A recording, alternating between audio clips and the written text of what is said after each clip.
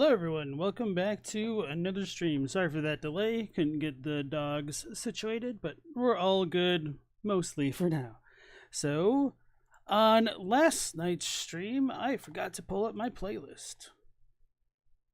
We watched videos. The first one... Oh yeah, so we watched a couple videos by Quaylog. With the first being the Shadowlands Keep Me Up at Night, and then we watched These Elden Ring Ruins Keep Me Up at Night, all in caps lock, and then Theological Themes and Narrative Archetypes in Elden Ring, an analysis by Credence Questions, and then Square Table Gaming's Elden Ring Lore Imps. So let me go ahead and get these out of the way for now. And then tonight I have a video queued up by Zach Magnus, one that caught my eye right before the DLC had released, but I just didn't get around to it because I was trying to play through the game on stream myself. So we have Dream, Death, Dragons, Elden Ring Theory by Zach Magnus, and the thumbnail says, can we see the thumbnail? Apparently not. Anyway, it says like the hue of Ghost Flame, which I was wondering whether or not this video was being built off of what may be a mistranslation, because the Japanese doesn't say that gray violets are the hue of Ghost Flame. They just say that they're the flower of Ghost Flame, which is slightly different in that it doesn't actually tell us what the color of Ghost Flame was, even though there may still be a kind of direct connection between the two. So then after that, I have a video queued up by Miss Chalice. We need to talk about the Hornsent, Elden Ring DLC Lore, and then we should have enough time to get through America's Ascension Was Not Legitimate, and It Explains Everything by Occam's Onion, because there's layers, I guess. So anyway, nice to have all of you again. Art Crusader, Cloud Scum, Joji Poji, Galaxy Dragon, Dave, Jake Peterson, Realist, Elden Enthusiast, and yeah. Okay, so let's go ahead and dive on into that first video with Dream, Death, Dragons, Elden Ring Theory by Zach Magnus. Let's talk about Ghost Flame. This is a magical flame effect. Alright, so this is super quiet. Let me turn it up. Which is seen quite commonly. It's a strange flame that's actually cold rather than hot. It can be seen in spells like Explosive Ghost Flame and weapon skills like the Helfen Steeple's Ruinous Ghost Flame. Visually, it's a grayscale flame with some pale blue. I'm going to go back to the beginning because I was trying to adjust everything and wasn't paying as much attention as I would have liked. Let's talk about Ghost Flame. This is a magical flame effect which is seen quite commonly. It's a strange flame that's actually cold rather than hot. It can be seen in spells like Explosive Ghost Flame and weapon skills like the Helfen Steeple's Ruinous Ghost Flame. Visually, it's a grayscale flame with some pale blue, maybe greenish coloration. Identified visually, Ghost Flame is commonly found on torches, often in catacombs. Deathrite birds smolder with it. Rancor, these angry flying skulls, almost always have a Ghost Flame effect on them. Ghost Flame appears when you break up the encrusted bones on walking mausolea. The Fallen Hawks are constantly using Ghost Flame tools and weaponry. Finally, and most significantly, those who live in death seem to be animated by Ghost Flame. I can't tell if it's me, YouTube, or if this guy's footage just has like frame stuttering issues and it's a little bit distracting. The flame itself needs to be attacked directly to put them down for good. There are various holy effects which will prevent this, but I assume those somehow attack the Ghost Flame directly. Okay, so it's some sort of death-related magical effect. What more is there to understand? When I look closer, I feel there must be more details lurking beneath the surface. Rancor is a good example. Almost all Rancor appears burning with Ghost Flame, and yet there are plenty of users of Ghost Flame which do not create Rancor. So one does not consistently lead to the other. I'm going to back it up just to see if the stuttering is consistent. Well, then of course YouTube's doing the YouTube thing. Hold on, I've got an idea. Yeah, because it's putting it on auto. I think this is part of the problem. There are plenty of users of Ghost Flame which do not create Rancor. So one does not consistently lead to the other. Those who live in death are another such example. They're not exactly rare, but not all users of Ghost Flame create them, so what really causes them, and what's the connection? The Fallen Hawks are the ultimate counterexample here. Most of their lore is about them burning the bones of their fellows for light, giving them Ghost Flame, and somehow damning them. They use Ghost Flame constantly and extensively. Despite this, they produce no rancor effects, nor are those who live in death found around them. Now, maybe they use some fancy ritual we're just not told about, but it seems they achieved Ghost Flame merely by burning some bones. That doesn't seem that. Yeah, that's one of the weirder things to me about the lore of Ghost Flame, because it makes it sound like a purely mechanical / natural process of burning things in the lands between. So it's curious that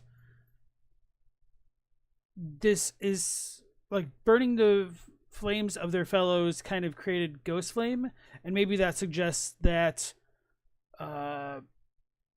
burning bodies after they've died became a taboo with the advent of the Erdtree. But it is very interesting that we still have like a bunch of spirit ash everywhere, and people who turn themselves into spirit ash like Latenna and whatnot.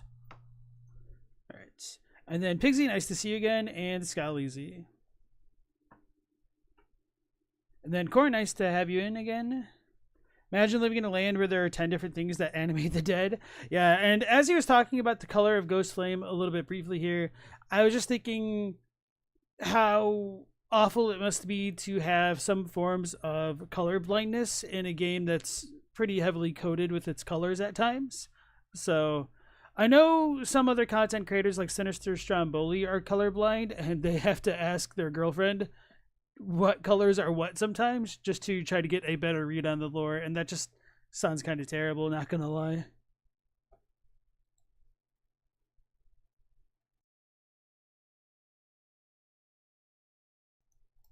So maybe for them, they're not gray violets, they're grave grays. That worked a lot better in my head before I realized how similarly gray and grave sound. Anyway,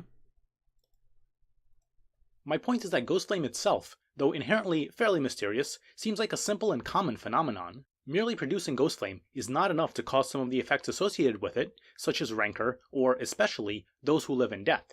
So there's more to understand here. Plus, for me, it's not enough to think of it as a death-related magic flame.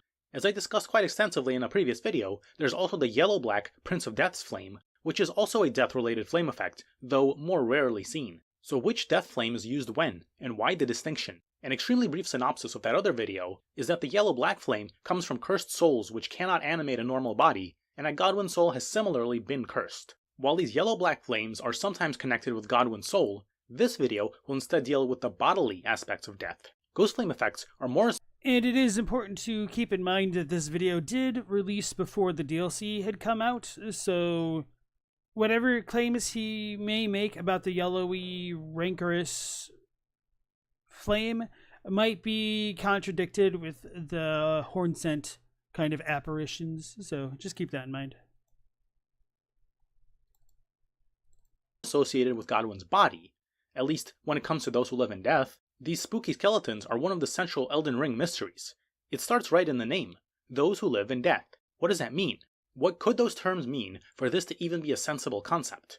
Here, I'm going to explore that and give my answer to it.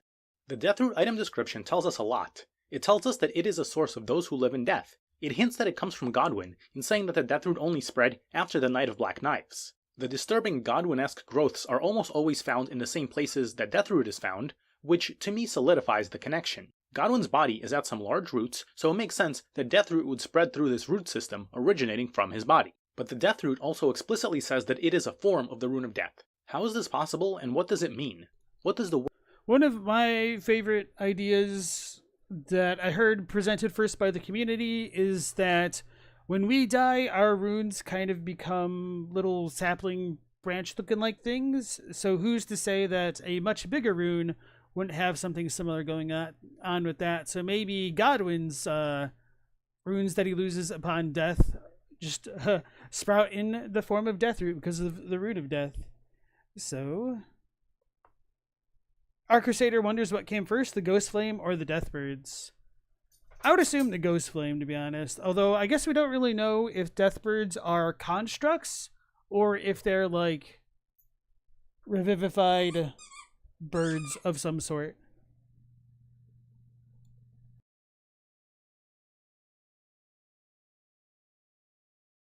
Word death mean? What does the Rune of Death do? We have to Be very careful about our use of words here.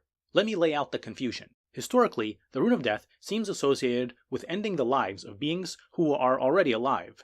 That seems intuitive enough. Malekith held the Rune of Death, and this made him frightful even to demigods.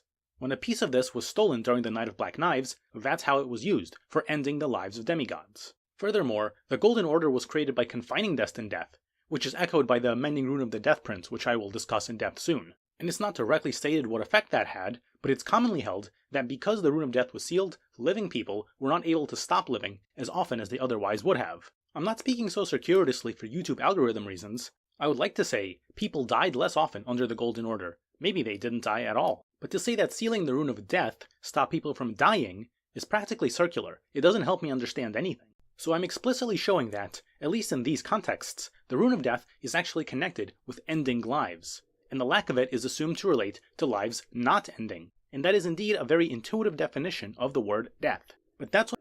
And I get what he's saying with that, and I was going to say something similar, but slightly different in the presentation, in that because destined is associated with, or destiny is associated with destined death, then that might show that it was originally meant to bring one to their natural end, the point that they were supposed to die. And so with the removal of destined death, it may have essentially forestalled people's deaths. And that doesn't necessarily mean they can't die from being murdered or anything like that. But it seems as though people shouldn't die from old age in particular. And we do have some odd cases with, like, Topes just kind of dying at the end of his quest for whatever reason, but that certainly might not be affiliated with destined death regardless. And then Phantom Leaves, nice to see you again. What else is I going to say about that destined death concept? Right, so it is very interesting to me that Miyazaki clarified that the Tarnished are not undying because of the removal of destined death specifically, and that's more of a demigod thing.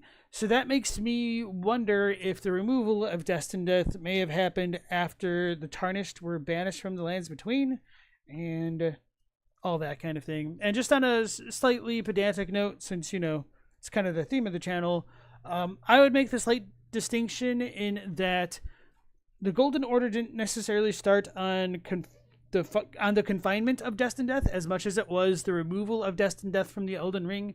Now, with that being said, a confinement of the Rune of Death could correspond, could have happened at the same time as the removal of destined death. That much is certainly arguable, but I don't know. It's just there's some ambiguity as to when the rune was sealed versus removed, because you could say that the rune was sealed in Malekith's body, and that would have kind of put the so-called confinement of destined death post-shattering, which just doesn't make any sense. So this is part of why I am very particular about this point. Right. That's what makes those who live in death puzzling. Again, Deathroot is a form of the Rune of Death. So if Deathroot caused people's lives to end, that would make a lot of sense. But instead, it's a source for these animated skeletons. It seems to be doing nearly the exact opposite of ending lives. It seems to be putting some life back into biological matter, whose living days seem well and truly over. So let's understand those who live in death. This will be a roundabout route, and it begins with the Deathbirds of old. The Deathbirds quite famously used Ghost Flame back when they were the ones performing death rituals. They also produced rancor in doing this. But this was a long time ago, before even the Erdtree. Here's one more piece of the Ghost Flame mystery, the Grave Violet. This utterly baffling item description says that these flowers are the hue of Ghost Flame, but these flowers are bright purple, violet you might even say, whereas Ghost Flame has little color at all, and a pale cool one to the extent that it does. So how can this make any sense?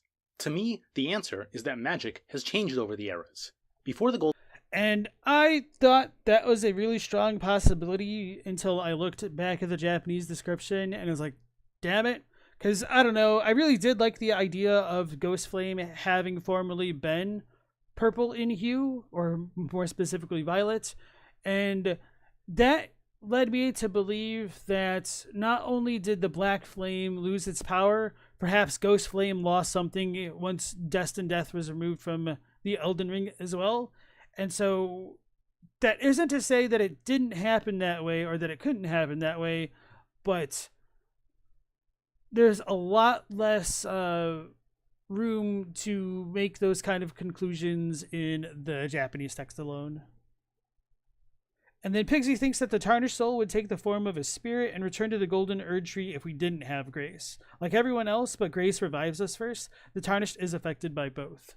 So I think even if we lose grace, that doesn't mean the tarnished are unaffected by destined death, just because all of the other tarnished that came before us have died, I guess. But then, of course, that brings up whether or not they died due to destined death specifically. Regardless, my point is they aren't seemingly functionally immortal as far as we know. But yeah. Okay, moving on.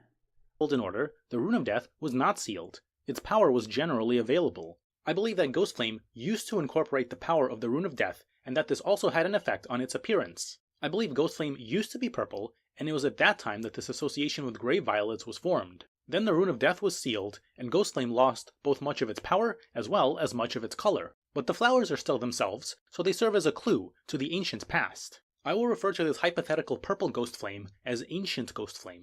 The more familiar version we can commonly see in the game, I will call Modern Ghostflame. I will return to an analysis of the Deathbird soon, but with this in hand, let's continue trying to understand those who live in death. After all, Deathroot is a form of the Rune of Death, the missing ingredient, so it could perhaps revive this ancient ritual in its original form. But the missing ingredient is crime.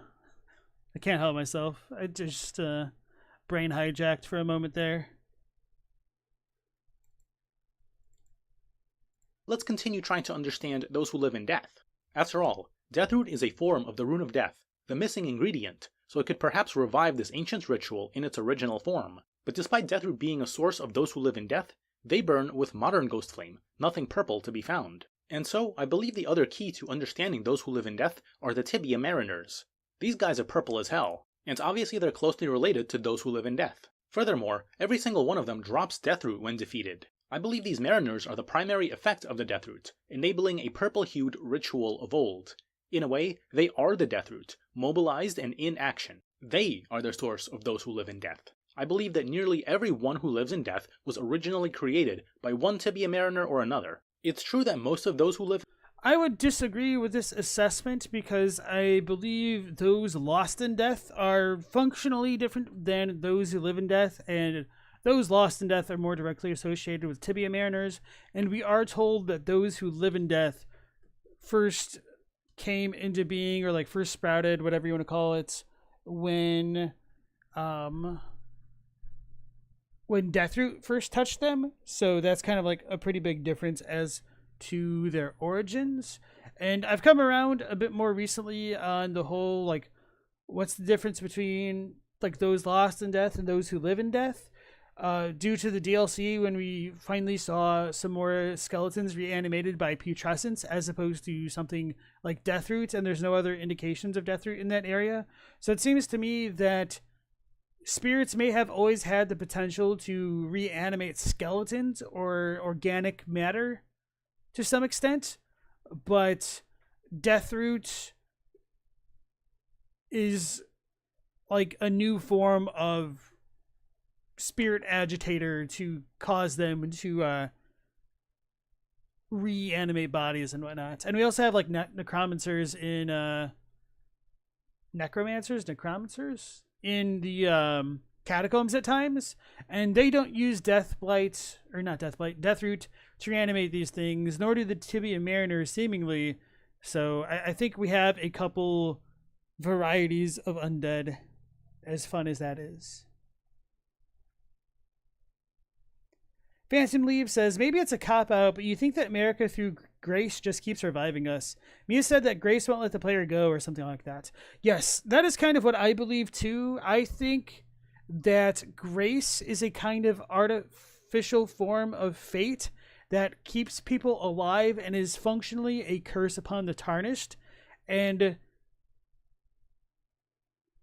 I don't know whether or not Roderica is meant to be speaking figuratively or literally when she says that Marika cursed them all, but even if it isn't a literal curse, I think it's kind of functionally a curse in the way that those who are branded by the Sword Seal and Scar Seals are cursed. So we're just cursed to fulfill our duty or die trying, or maybe both. And then welcome back on in. Don't all the demigods killed in the game hang out in one way or another after death? Maybe they're just waiting for their souls to be recycled. Maybe. So we do get some of their remembrances, which, oh man, I have to think about the Radon thing in the context of remembrances now. So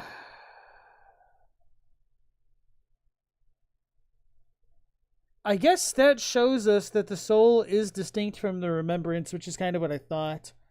But I was just thinking about this in the context of Metter, where she kind of seemingly dies or poofs off into space, whatever. And I was like, well, we get a remembrance from her, so maybe that means she's dead. And now with Radon's soul able to come back, it really does call into the question of how well we kill things, or how final the deaths are of those we've killed. So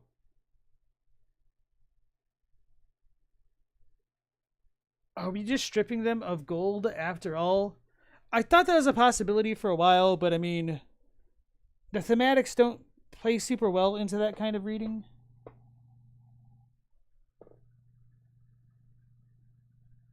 Like, it worked a lot better when you were in Bloodborne and you're kind of acting as a de facto Shinigami, but maybe the case is true in Elden Ring as well. Zunk Scoob. And then Humble Gaber, I think this is your first time here tonight. No, you were here a moment ago. Maybe I just didn't say hi. And then I'm in. Nice to have both of you guys again. Necromulant, thank you. Pigsy agrees. Duty and responsibility are forms of curses. We're cursed to struggle to become Elden Lord. America is cursed with godhood. The thing that's annoying about it is the term curse is not used very consistently, and it can be used to describe multiple different things. So there's like the dying, I curse you with my dying breath type of curse. Then there's the curse that's kind of more akin to a malediction or a hex. And then there's just kind of like the more generic curse that America is placing on like the fire giant or the tarnished. So zoinks, I don't know what else to say about that. It's just annoying. Maybe remembrances of the Shadra tree function differently to that of the Erdtree. You don't know, just spitballing. I don't think so, but I appreciate the help.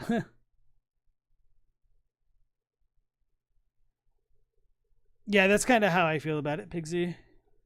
And that's kind of why I think the Tarnished keeps coming back. So if we look at that opening trailer, it does, not opening trailer, the opening cutscene of the game, when our Tarnished character gets revived by Grace, it kind of looks like we're stepping out of the opening of the Erdtree into the Lands Between.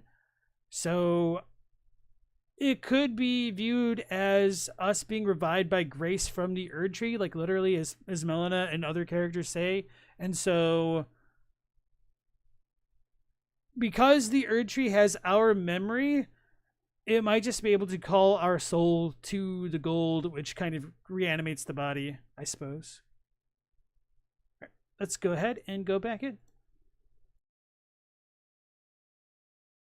Life and death are not found in the vicinity of any mariner, but the mariners are easily capable of teleporting around, so just because there isn't one here now doesn't mean there wasn't one here earlier. It's going to really bother me. I really want to see if it's the video that's got the frame issues. Most of those who live in death are not found in the vicinity of any mariner, but the mariners are easily capable of teleporting around, so just because there isn't one here... Yeah, my man's got some really bad frame rate issues. I'm pretty sure it's the video, so oof, rough. You just got to lower the settings even further if you want that stable frame rates. Anyway. Now doesn't mean there wasn't one here earlier. A mariner could have gassed up some old skeletons and then moved on, leaving the skeletons on their own. So what is the effect of this purple ancient ghost flame? Judging by the mariners, it seems to allow a loose relationship with physical space. The mariners are able to teleport around and float on water that isn't really there. And obviously, they have power over those who live in death. A power to guide souls, I would say. I think this is the intended effect of Ancient Ghost Flame, giving souls the ability to move from place to place. Not only physically, but spiritually. I believe the Ancient Ghost Flame aided souls in losing contact with the physical realm and helping them reach wherever it is they should go. But those who live in death seem to have the opposite effect. Far from being able to teleport, spiritually or otherwise, they seem rooted in place to these earthbound physical bones. I believe this is not what the mariners intended, but it is a common outcome. There's only so much Rune of Death power available, and when it's insufficient, you get those who live in death. As Rajier said, they've touched on a flaw in the Golden Order. They're the result of a failed ritual.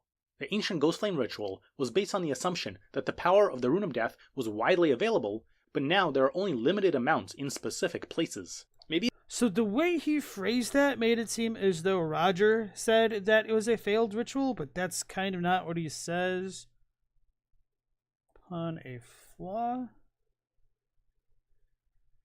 So give me a minute to find the quote. All right,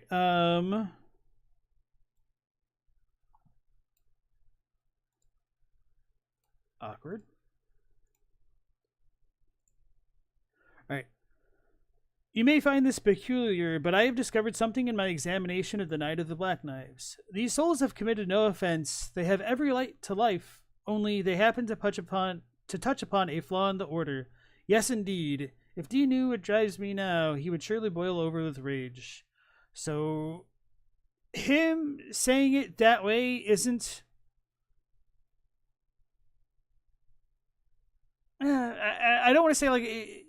whether it's right or wrong, it's just a little bit misleading and can make it sound as though Roger is implying that those who live in death were constructed from rituals, but that might not necessarily be the case.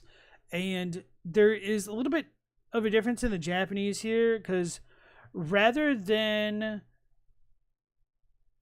saying they have every right to life, his dialogue is more like they just wish to earnestly keep living, kind of. He does well. It's because they earnestly live that they've touched upon a flaw in the order, or yeah.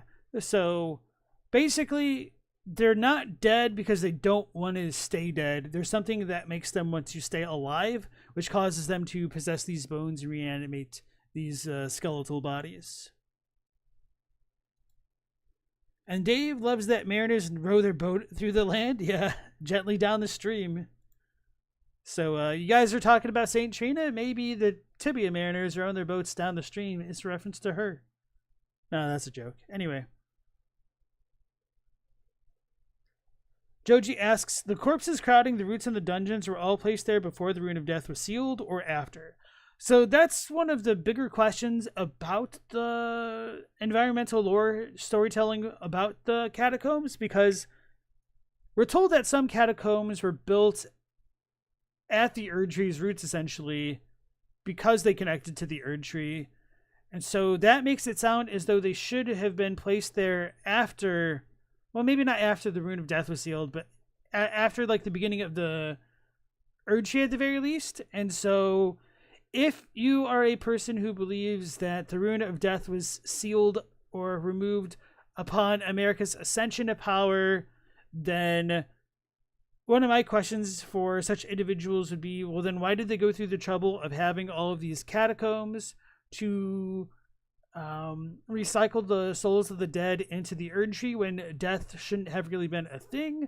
But if it happened later on, then I think it makes more sense that before the Rune of Death was sealed, the Erdtree was taking in the souls of the dead through its roots, and then once it was removed from the Elden Ring, then the catacombs didn't really need to serve a purpose anymore, and they may have just been continuing to bury those who died like in battle out of tradition and a misguided belief in the Erdtree, because I don't even think America really knew what was going on with the Erdtree, with Golden Order fundamentalism and everything. So, right. Moving on from that. Maybe it's a bit like using a certain technique for starting or spreading a fire, but that technique assumes there's more oxygen in the air than there actually is. Since the assumptions are wrong, it has mixed results. Right, so let me go back to that, because I thought there was more I wanted to say about his point, but I want to catch it from the beginning. Guide souls, I would say. I think this is the intended effect of Ancient Ghost Flame, giving souls the ability to move from place to place. Not only physically, but... I know, so this is definitely a YouTube problem, so maybe it's not Zach's issue. What the hell is going on? Spiritually. I believe the Ancient Ghost Flame aided souls in losing contact with the physical realm and helping them reach wherever it is they should go. But those who live in death seem to have the opposite effect. Far from being able to teleport, spiritually or otherwise, they seem rooted in place to these earthbound physical bones. I believe this is not what the Mariners intended, but it is a common outcome. There's only so much Rune of Death power available, and when it's insufficient, you get those who live in death. As Rajier said, they've touched on a flaw in the Golden Order. They're the result of a failed ritual. The Ancient Ghostflame ritual was based on the assumption that the power of the Rune of Death was widely available, but now there are only limited amounts in specific places. Maybe it's a... Okay, so he's saying that these guys were still burned in Ghost Flame even after the fact, so the failed ritual is the use of Ghost Flame rather than them kind of being created by a ritual that involves, what's it called? Deathroot. So that was a little bit of a misunderstanding on my part. Whoopsies. a bit like using a certain technique for starting or spreading a fire, but that technique assumes there's more oxygen in the air than there actually is. So going back to that whole analogy of like the fire and the failed ritual aspect of things, I don't know, because I think it's always been latent within the understanding of Ghost Flame that that which doesn't get burned goes on to remain in the Lands Between as a curse or rancor, more specifically. And so if you want to tie rancor to those who live in death, I think that's kind of perfectly fine in many ways. And then Galaxy Dragon says, do those who live in death predate Godwin's death? I would say those who live in death do not, but those who were lost in death do.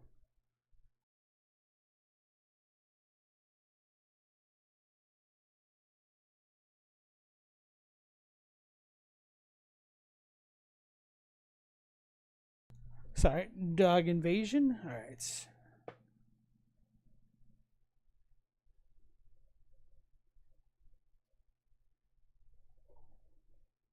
Alright, going back to the video.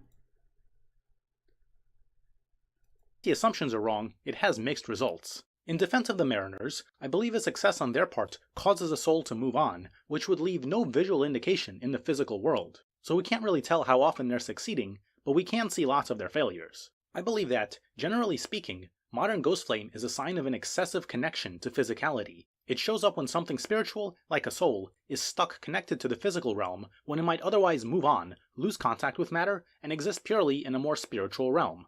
Ghost Flame is easy to produce under the Golden Order. Souls have a hard time moving on from bodies, generally requiring the Erdtree's roots to suck them out. This is one of the effects of the Rune of Death being confined. A brief summary.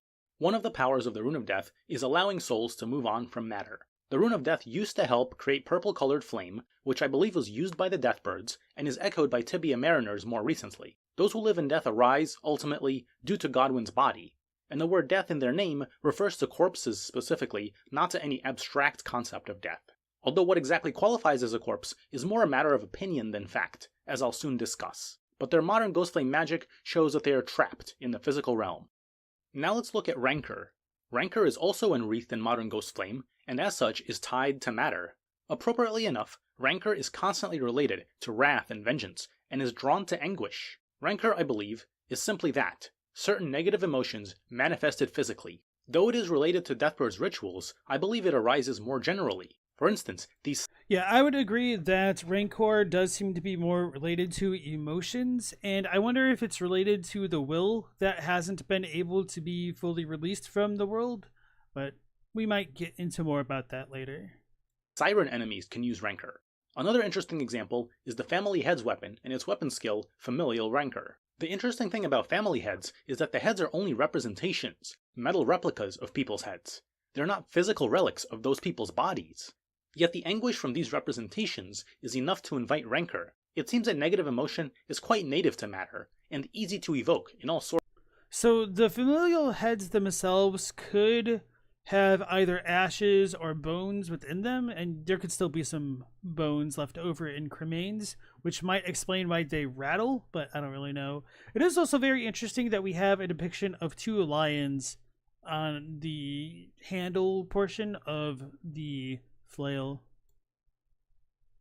Sorts of ways. Perhaps this could be taken as a Buddhist-like commentary on an inevitable connection between physical existence and suffering. But how do Deathbird rituals fit into this? In particular, their ancient rituals should have used ancient ghost flame, yet the Rancor has modern ghost flame. In the modern day, the power of the Rune of Death is not available for the Deathbirds to use anymore, so now they produce modern ghost flame. That part makes sense, but I'm saying that in the past, the ancient ghost flame allowed souls to move on.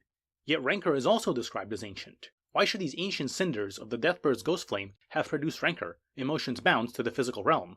Isn't that a purely modern phenomenon? I believe the Deathbird's rituals were quite elaborate and multifaceted, and have not been fully replicated anywhere in the modern day. I believe their main purpose was aiding souls in leaving bodies and moving on into a different realm, but there was more than that. Rancor was always part of the equation. Back in the ancient times, I believe this was a deliberately physicalized aspect of the ritual. They probably did use some modern ghost flame even back then, though it must have been much harder to produce, compared to the modern day where it seems you can create it practically by accident. Part of the Deathbird's ancient ritual, I believe, was intentionally binding the seething negative emotions of the dead to the physical world before allowing their souls to move on. Doing this creates Rancor. The point is that the souls are purified, cleansed of their most miserable aspects, before departing to the realm of spirits. The rancorous emotions stay in the physical realm, while the rest of the soul leaves. You might even say that the ritual shrives clean the hearts of men. The ethical dimension of this... I was about to say, when did he release this? This is before the DLC, like 2 weeks. And then, what else? Yeah, he got that line from the story trailer. He's like, wait a second, I thought this was before the DLC. Well, the story trailer came out before the DLC too.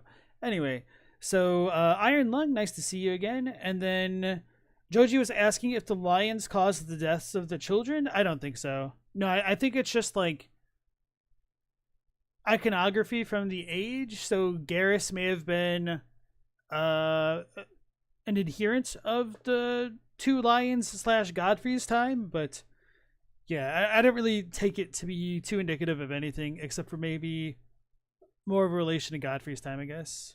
Maybe, I don't know. Galaxy Dragon says, in essence, it used to be able to separate the body and soul, but can't anymore due to the weakened ghost flame.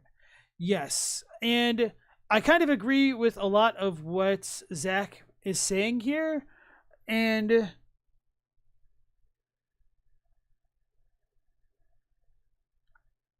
functionally, I think we're looking at things a very similar way, in that the removal of death creates like the Golden Order, and that kind of weakens Ghost Flame.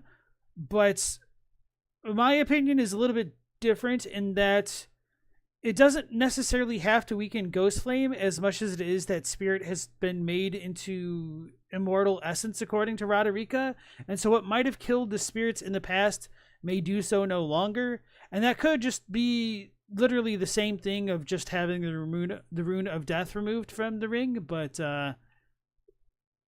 kind of looking at it as a glass half full versus half empty kind of a viewpoint. I think I can't speak tonight, holy crap. MK says, what if Ghost Flame was suppressing the dead like the suppressing pillar? So I don't like the term suppressing because that makes it sound like the dead is being pushed down like forcefully, whereas it should be understood as like calming. So if you think of suppressing in the sense of like calming a wave or something like that, then I could potentially agree with Ghost Flame being used to calm the spirit, but with a marked difference in that it may still be a forceful removal of the spirit from the body and leaving all of the junk, the rancorous muck that would go on to become putrescence of the body in the lands between and whatnot, whereas the spirit becomes untethered and is able to pass on to the next world or whatnot. Pixie says, under the Golden Order, immortal essence takes the form of spirit, not the other way around. I think that's just kind of splitting hairs, and even if Roderica says it one way or the other, I mean, what is immortal essence to begin with? Is this an unknown substance? I think it's pretty clear that the two should be kind of synonymous at that point. This is complicated, perfectly appropriate for a From Software game. On the one hand, you could easily see a spiritual purification as giving you a much better life from then on, but on the other hand, achieving this involves ripping out parts of your soul. Furthermore, those parts are left in the physical world. From a soul-centric perspective, you might see it as souls getting attached to the physical world for a time, then returning to the soul realm, cleansed and improved. But in this sense, the world of matter is just being used as a filter, a dumping ground, a sewer system. Those who do live in the physical world may not appreciate this effect, especially as it accumulates over time. So while I'm saying that the ghost flame we see in the game is a largely modern phenomenon, becoming common under the Golden Order, Rancor is described as ancient and existed even before the Erdtree. The Deathbirds were keeping certain negative emotions bound to matter, while letting the rest of the soul go free. In the modern day, all this... Yeah, and I think that's a great reading on things there. And of course, with the hindsight of DLC, it's even easier to make this point, because we're told that even tainted flesh used to be burned in Ghost Flame. So, yeah, we're pretty much on the same page for that. If they're just the same, then what does the Golden Order change? So I think you might be misunderstanding me. I'm saying that there is no such thing as immortal essence.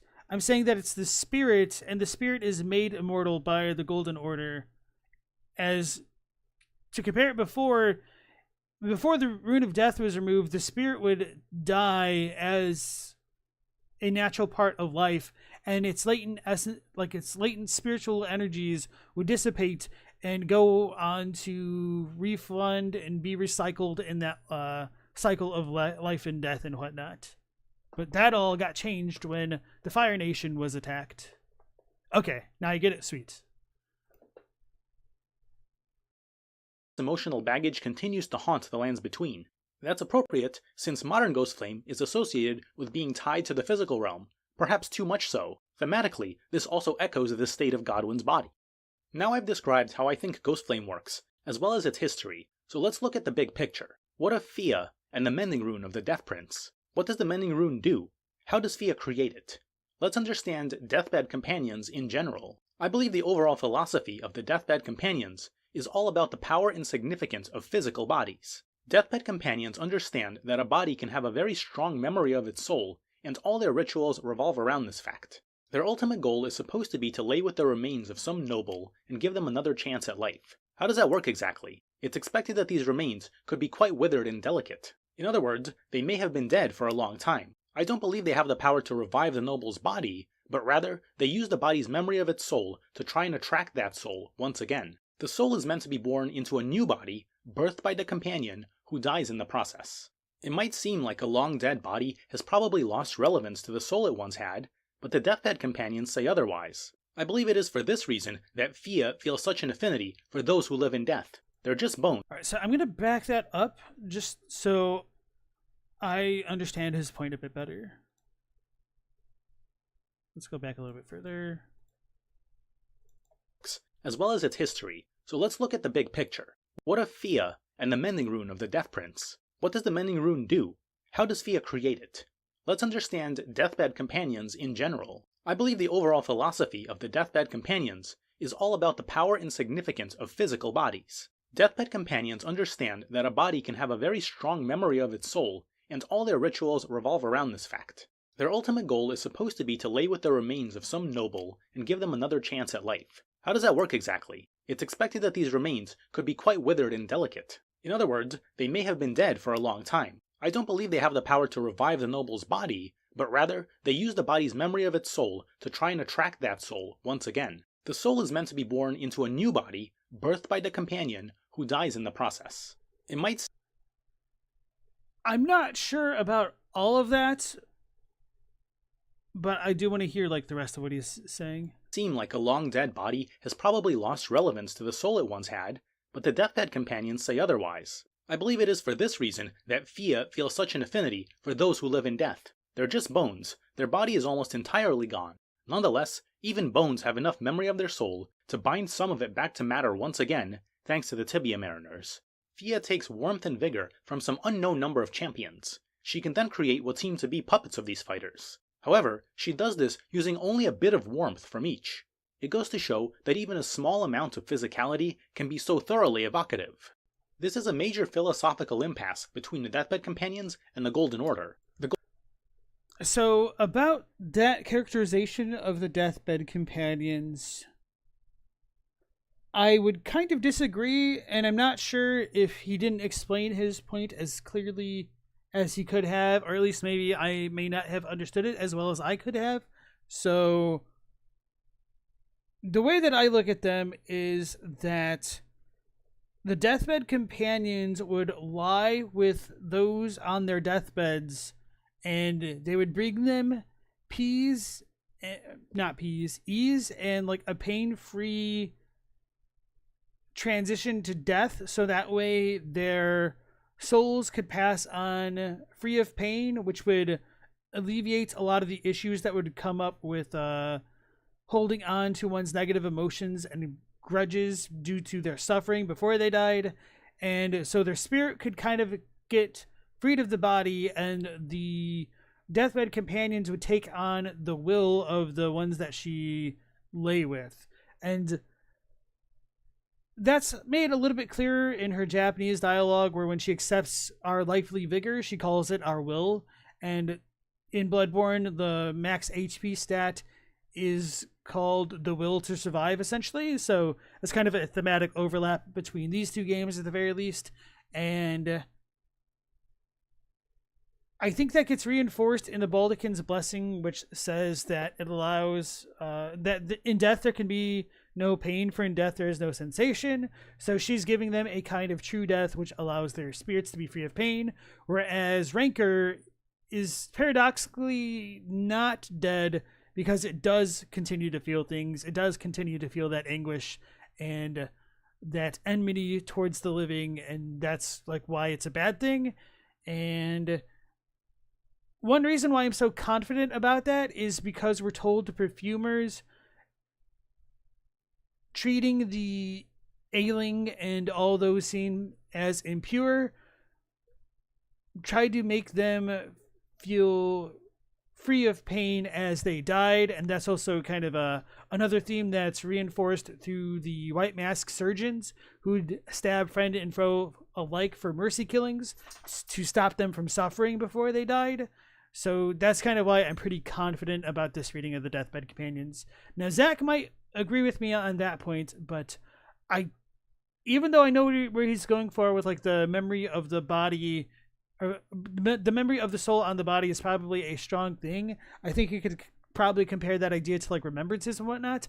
I don't think what he's saying here is entirely true, in that the Deathbed Companions must lie with another to give them a new illustrious chance at life. I think another way of looking at it would be that the Deathbed Companions could have laid with a number of champions, and then taken their collective will and then reinforced a dying person's body with that collective willpower to kind of give them their internal car batteries a jump start from another vehicle, essentially. So hopefully that makes sense as a comparison.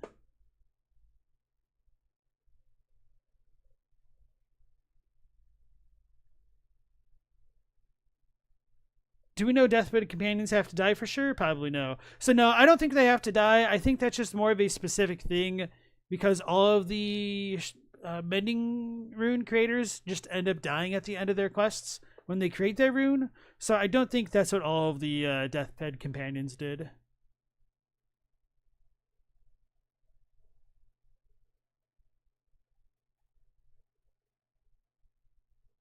Hey, yes, next, nice to see you. So, I'm trying to think if I want to address Joji's comments right now.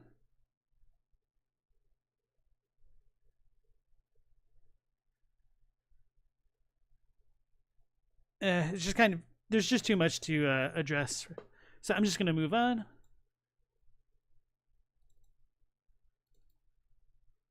The Golden Order is very particular about what sort of physical form a living body should have. By living, I mean animated by a soul. Once a living body ceases to have the right form, in other words, becomes a corpse, then according to the Golden Order, it is no longer proper for it to live, to have a soul. But this is just one opinion. The Deathbed Companions have a different opinion.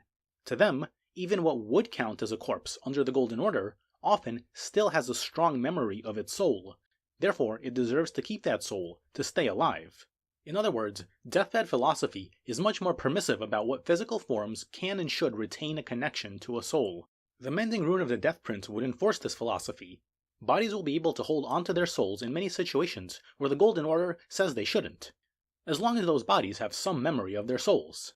This way, the laborious deathbed rituals will no longer be necessary. Their results would just be the default way things already are. A withered noble would still have their life and their soul, with no extra help needed. This is described as death restored and life within death, but that's only true from the current Golden Order perspective. If the Death Prince's order goes on for a while... One of the most unfortunate things about this description in the English is that it's stated matter-of-factly, whereas it is listed or written as conjecture in the Japanese. So, yeah, I really don't have too much more to say beyond that.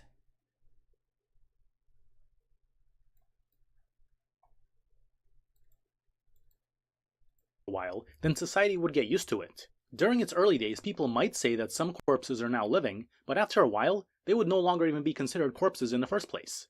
Why should they? They regularly live on. Again, when this description talks about death, it's referring to dead bodies, and only bodies the Golden Order considers dead. People fully immersed in this new order would not think of themselves as being in a deathly order. They wouldn't say anyone is living in death. So that one...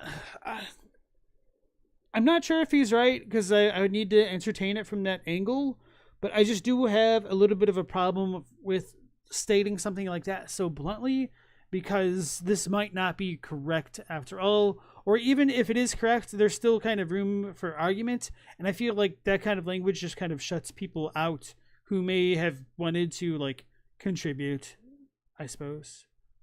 And of course, like, this is just a video, so contributing directly to the video isn't necessarily what I'm talking about. I just feel like that kind of language ends up being a bit more exclusionary than I think the authors may intend. But the description is not written from their hypothetical perspective, it's written from the current, actual Golden Order perspective. So the meaning of this description is a bit subtle. I guess another way to put it is that, under the Death Prince's order, the word death will take on a much narrower definition. You could only die when your body can no longer recall your soul at all, which seems like it will take quite a while. So this is the mending rune that Thea gives birth to. She probably can't birth a body capable of binding a demigod soul like Godwin's, not to mention how his soul is cursed, but instead Godwin's soul forms the basis for a new mending rune. Let's not over... And that definitely sets off my triggered trap card in that Godwin's soul is dead, bro. It's not a soul. And with that in mind, I think we already have the paradigm set and established for us with the comparison of Rancor to, like, emotions and physical stuff. That's kind of all that's left of Godwin because his soul has been got by the good old destined death. Overlook, however, that the last step in this process is fighting the Lich Dragon Fortisax. Not only that, but this fight happens in a dream. I think this is quite significant. Sleep and dreams are an important part of understanding souls and death. I'd say they're an essential part of the deathbed ritual, so called not only to imply a sexual component, but to relate directly to dream. I believe deathbed companions ultimately enter a deep sleep, and use the noble's body's memory of its soul to seek that soul out. Dreaming is another non-physical realm, and perhaps there is only one of those, so dreams could be the same place that souls go once they no longer deal with matter. I think the realm of dreams... And that, I think, is possible. I don't have super strong opinions on it despite everything, but I also do appreciate that, at least for this portion of the text, they're using more subdued language with qualifiers with I think, and things along that line. And then Big Brass, welcome into the stream. Dream and the realm of the dead are one and the same. It seems the deathbed companion soul never returns from this journey, so this is ultimately a form of death. Thea says she was in the middle of this process when Grace called to her. And then, a second time, at the end of her in-game questline, she uses Godwin's body to reach into Dream and find his soul.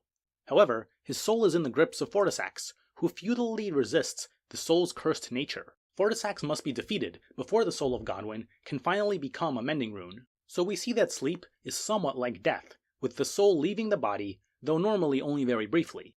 And as I've said, I believe Ancient's ghost flame was a purple flame based on the Grave Violet description. But there is also purple flame already in the game, and it causes sleep. Like the Ancient's ghost flame, it helps a soul leave the physical realm and go to a soul realm, though much less forcefully than a Deathbird's old ritual, I imagine. But you can see that it's the... So that reminds me, there's something about sleep in the DLC which kind of tied this. Hold on. I'm trying to remember if they actually used Ishu to describe it.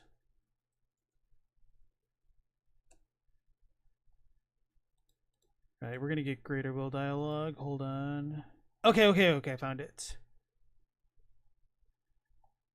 Wait, what item is this? Oh, okay, lulling branch. So, in the midst of drowsiness, there is the will to awaken, feelings that rise from the depths of one's heart.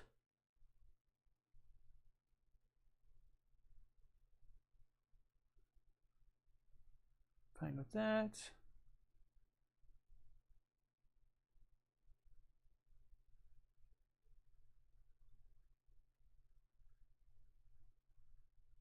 So, will to awaken.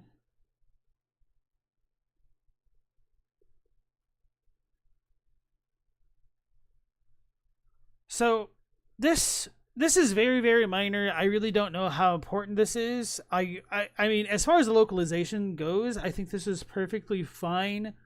But in case anybody wants to work with this more, and if this might impact their understanding of the text, there's a slight difference where rather than just saying that there is the will to awaken, it's kind of more along the sense that the will allows one to awaken, which doesn't really change too much about this, but will is the antithesis to sleep, I suppose. So maybe that's why Placidusax needs to be offered sleep, because maybe his own will is too strong to allow him to sleep naturally because he's so filled with gold. I don't really know what to think about that, but anyway. So... wait, why did I even bring this up? Hold on, let me back up. Somewhat like death, with the soul leaving the body, though normally only very briefly. And as I've said, I believe Ancient's ghost flame was a purple flame based on... Right, so going back to the whole will allowing things to awaken from their body, we're also told that with sleep comes the obliviation of memory. And so, with the weird overlap between memory and will through the form of gold and remembrances and runes and whatnot,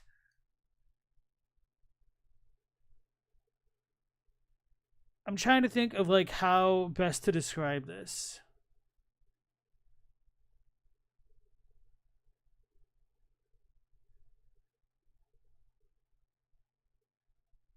So there is a dichotomy between will and soul through the D-Twins twinned armor set. Because rather than saying they're of two minds and one spirit, it says they're of two wills and one spirit. So that is an important thing to note, which ties the will to the body rather than the spirit. The body, therefore, houses the will and is able to wake up, and sleep kind of obliviates memory.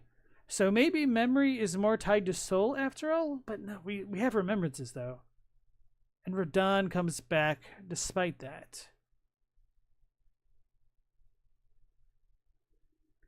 Yeah, so, okay, this makes sense because soul doesn't fully remember the battles of the past in Spirit Ashes, and you need memories to kind of rouse the spirits, I suppose.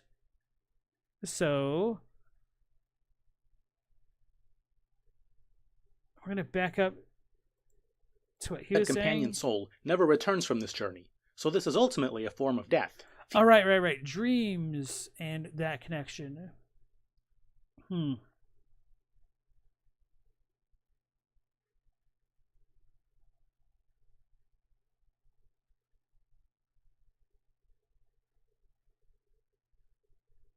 So if the deathbed companions take away the will, that might allow the spirit to forget the body and pass on. Like unironically, like literally forget the body and pass on. Maybe that's the connection. All right, MK, thanks for dropping in, and you have a good morning for yourself. Pixie says, it's like if you sleep too deep, you start to sleep into death. Oh, you start to sleep too deeply, you start to slip into death. If you nap too hard, your memory starts to fade as you get closer to death. Maybe.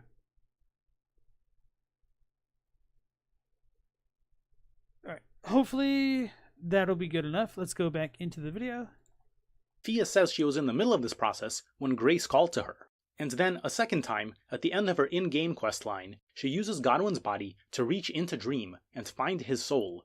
However, his soul is in the grips of Fortisax, who futilely resists the soul's cursed nature. Fortisax must be defeated before the soul of Godwin can finally become a mending rune. So we see that sleep is somewhat like death, with the soul leaving the body, though normally only very briefly. And as I've said, I believe ancient... Now I'm just thinking about the dragon's connections to sleep and dreams in general now, because I kind of never really thought too much about Fortisax being in the dream of Godwin / Fia. There is always the suggestion that Fortisax could just be a mental representation of an idea rather than an actual ancient dragon, which is kind of awkward, but I mean, so is the alternative. But yeah, now thinking about the way that Florisax can offer her sleep to Placidusax, maybe dragons have some more sleep stuff going on than I initially expected. And then Methoda, nice to see you again. With all this talk of sleep and death, how does this tie into the velvet sleep of Saint Trina and her nectar that makes you sleep so soundly you die? Well, if you fall asleep so hard, then that might be able to obliviate your memory, because that's kind of what happens when you sleep. And if it overcomes your will to the point that you can't be roused from sleep, then perhaps the anchoring of your spirit gets lost or untethered and your spirit kind of slips away and you die.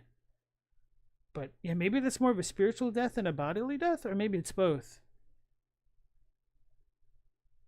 It's kind of weird. I mean, we also have the oddities to consider that we are in a post-death and death removal world. So I wonder what it would have been like in the before times.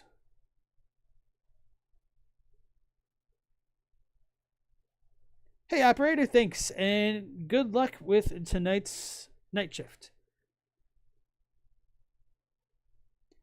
There's a loose connection with how sleep is supposed to cure frenzy. You think it's cuts, and that we call the frenzy implicit Sax Arena, so the sleep thing is there. That's true, and I don't know if it cured the frenzied flame as much as it was that it pacified people who were being afflicted.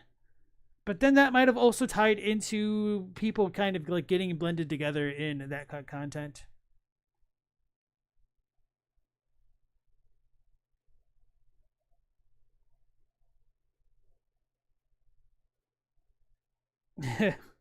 Alright, let's go back in.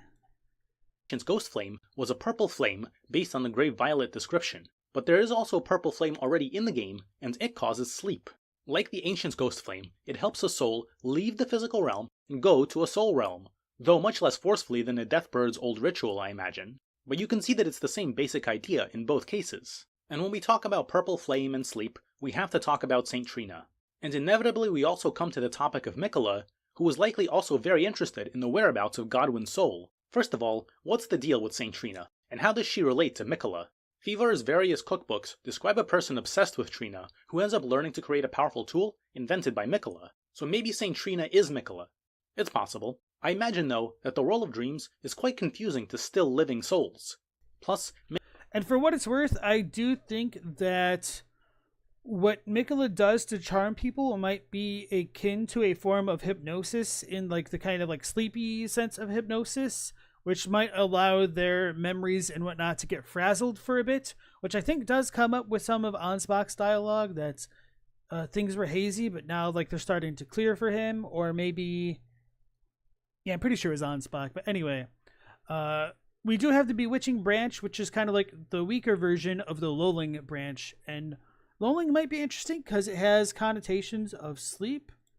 And since I've already got that... Oh, yeah.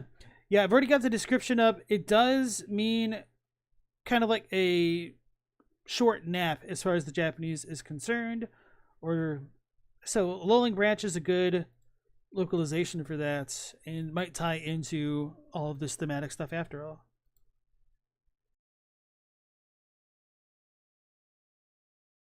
Many details experienced in dreams are often forgotten once awake. So a dreamer is sort of like those who live in death, in sore need of a guiding hand, in a realm they have little affinity for. Once it's known that someone called Saint Trina could guide you in your dreams, perhaps any entity that provides guidance in a dream could become known as Saint Trina. This could help explain the confusion around Trina's exact appearance. It may be a role more so than an identity, and various entities in Dream could have taken this role on from time to time. Mikola was perhaps one of these, but not necessarily the only one. Anyway, regardless of whether he acts as a guide or not, it does seem likely that Mikola probes the realm of Dream. I can't help but draw a parallel between Godwin's body, enmeshed in huge roots, his soul found in a dream, and Mikola, who similarly enmeshed himself in the roots of his own tree, perhaps to deeply... So yeah, even though we do have some Saint Trina stuff in the DLC, I am disappointed we didn't get more fleshed out dreamy type stuff, I guess. Enter dreams as well. So whether or not Mikola personally ever guided people in Dream, which would lead to him being identified as Saint Trina, Mikola could have been encountered in Dream. So that could also explain how Fever learned his techniques, because Fever is just such a big dream explorer. A different hypothesis is that physical shape is just more malleable in Dream. Wait, let's go back to the Fever thing, because that got brought up on the Discord summit recently, but I kind of zoned out, which would lead lie. to him being identified as Saint Trina. Mikola could have been encountered in Dream. So that could also explain how Fever learned his techniques, because Fever is just such a big dream explorer. It's kind of interesting to think of Fever as a person. Let me try to find it.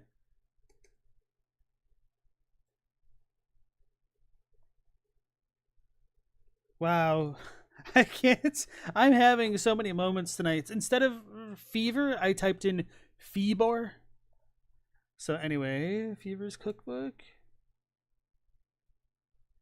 Ferris. Faris.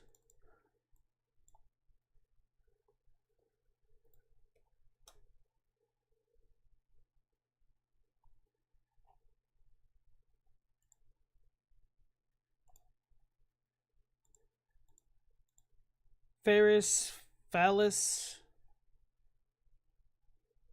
It's the same kind of Ferris as in like the Dark Souls Archer.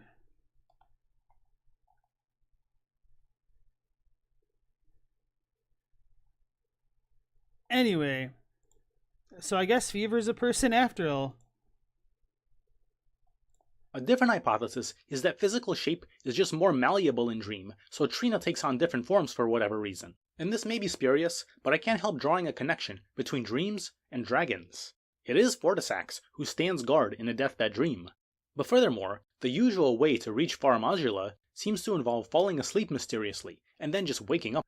What? How? The usual way to reach Faramazula...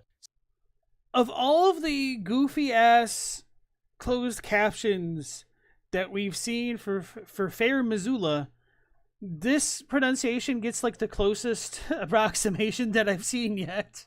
What the hell? It's so random. Seems to involve falling asleep mysteriously, and then just waking up there. Not to say that Faramazula only exists in Dream, but rather that there's some shared affinity there. The ancient dragon Lanciax is said to have taken human form from time to time. I find this a fairly mind-boggling claim, but it's a lot easier to swallow if she only did that in the realm of dreams. That's part of why I say that, maybe in dreams, form is more malleable. Or maybe that's especially true for dragons. If they are really so connected to dreams, maybe they have special dream powers. As for old Dragon Lord Plakidosax, I'm fairly willing to say... So, that's a pretty good prediction for what would go on with the DLC a little bit. I guess we don't see the dream stuff, but I was not anticipating the Florisax reveal as it was. And then Captini, nice to have you again, as well as Dylan.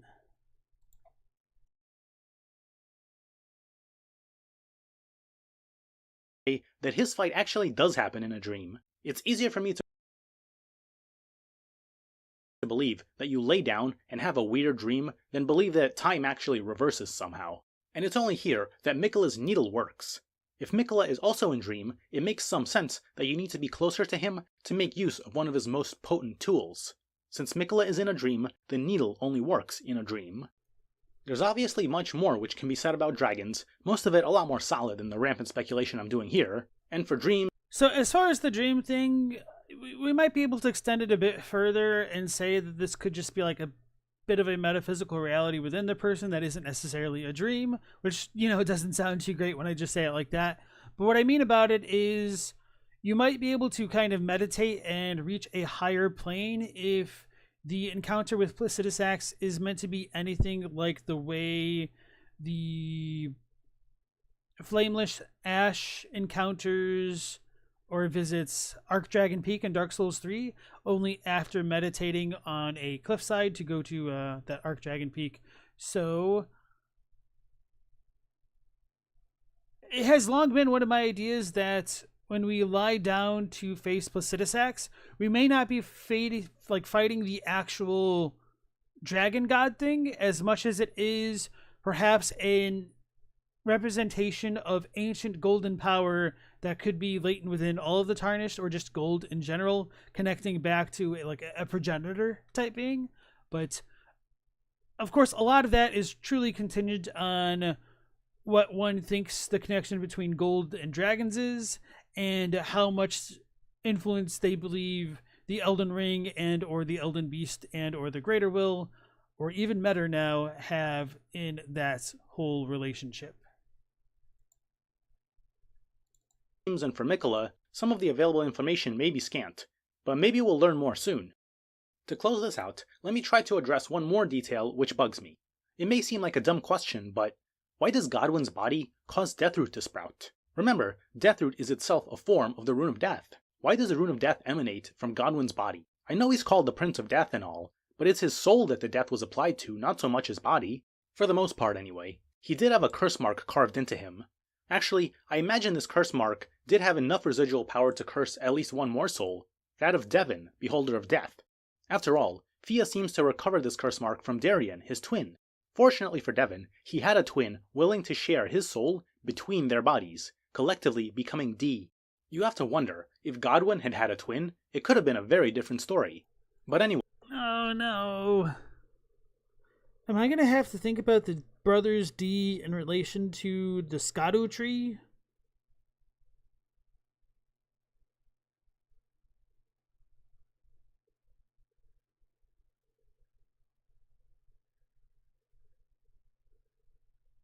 Just the idea of the one being kind of having two bodies that embrace each other in their damn armor set.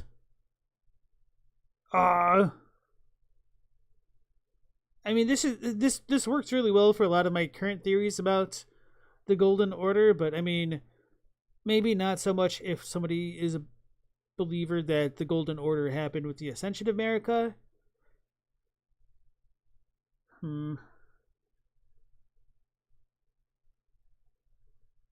Yeah, even though I think it does work a lot for my arguments about it, it's just, it's not particular to my line of thoughts. Anyway, Scotted trees and silver, I'm safe. Well, we do have that sword of light and dark being made of silver, don't we? It all comes back to the Skibbity tree after all, indeed. And then, hey Stella, nice to see you again. Twinwin. Anyway, aside from that, I think the deathly magic is mostly concentrated in Godwyn's soul, not so much his body, yet his body emanates the Rune of Death itself.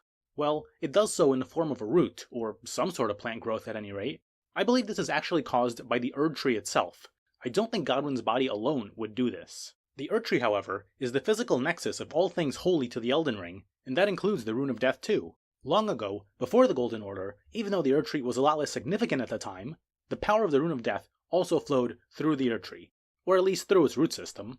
So Ooh, wait, it sounds like we got a believer of a late Golden Order timeline right here. So, yeah, chalk one up for Team Late Golden Order. believe Deathroot is the outgrowths of the residue of that time, encouraged by Godwyn's body. These meager growths aren't enough to do anything to Godwyn's demigod flesh, but they're enough to create a few mariners at least. So anyway, that's my cope to try and hold up my idea of the dualism demonstrated by Godwyn's weird body and his differently weird soul. And one more caveat. Mount Gelmir seems like an exception to all this.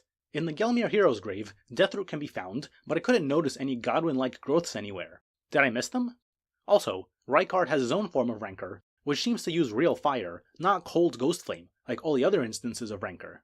So there's something weird happening on Mount Gelmir, but that's all I really have to say on it for now. So the way that I reconciled the whole Gelmir death hex situation would be that it's because of the Golden Order specifically, which keeps spirits as immortal essence, that causes the spirits to still exist within flame rather than burning away. But of course, that is some pretty heavy conjecture on my part. And he wonders what Deathblight actually does. Maybe it makes you sprout by forcing your soul out of your body like Godwyn's. That'd be a really cool idea for sure.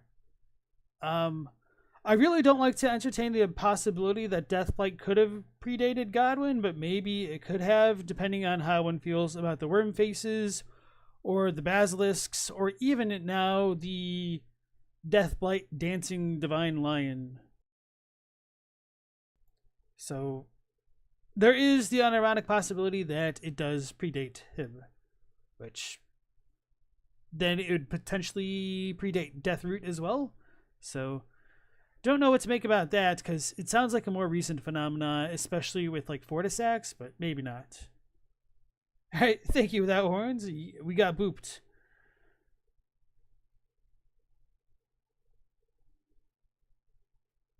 All right. That's a lot. Here's a quick review of what I think. In ancient times, Ghostflame was purple, and Deathbirds used it to help souls move on to the soul realm, while keeping the worst emotions trapped in the physical realm.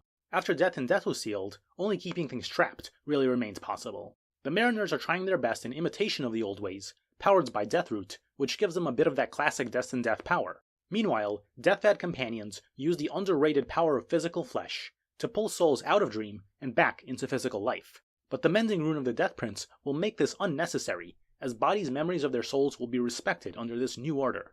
And there's always more to wonder about. What about the Twin Bird? What about the dragons? What about the Tarnished, who are also dead who yet live? So I'll keep working at it. See you next time. Yeah, so that was a really good video. I'm surprised at how salient many of the points were, even though the premise of Ghostflame being purple in its hue originally just doesn't quite pan out as well as it otherwise could have with the Japanese text. So I'm going to go ahead and leave a comment on him video about that. So, hey man, I really enjoyed the video. Let's do this.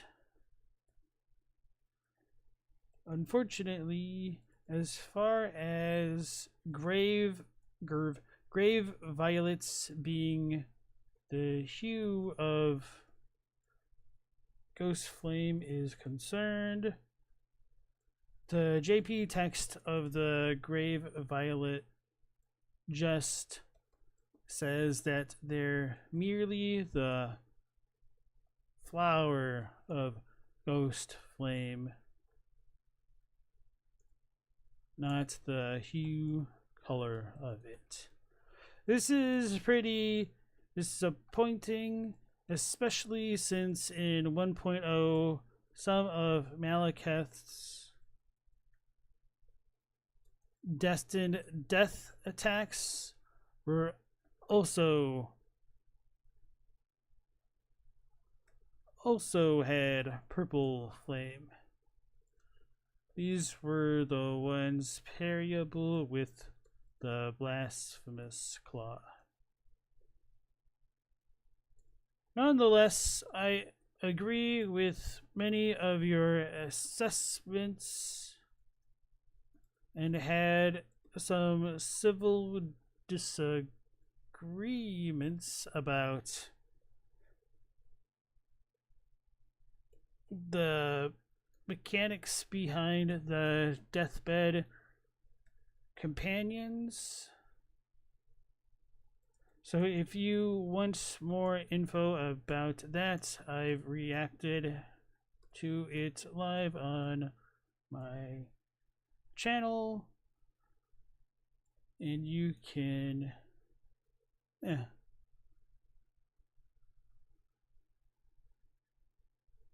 and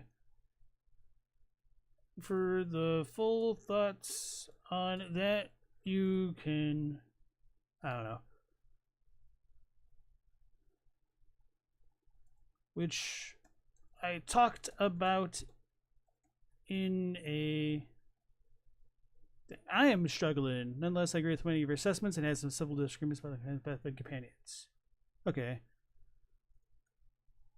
I live streamed my reactions to this video, so if you want to know more about that, you can check it on the live tab of my channel.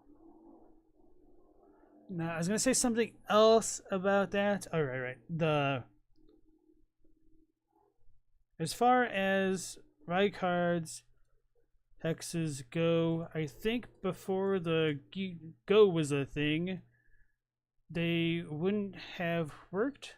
But since DD has now been removed from the Elden Ring, spirits exist as immortal essence and therefore don't get burned away by fire anymore.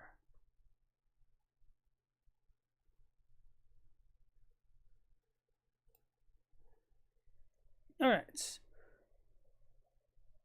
Dylan still leans a bit towards Deathblight being more recent, but if it is mostly recent, it could have existed in the past under similar circumstances, maybe.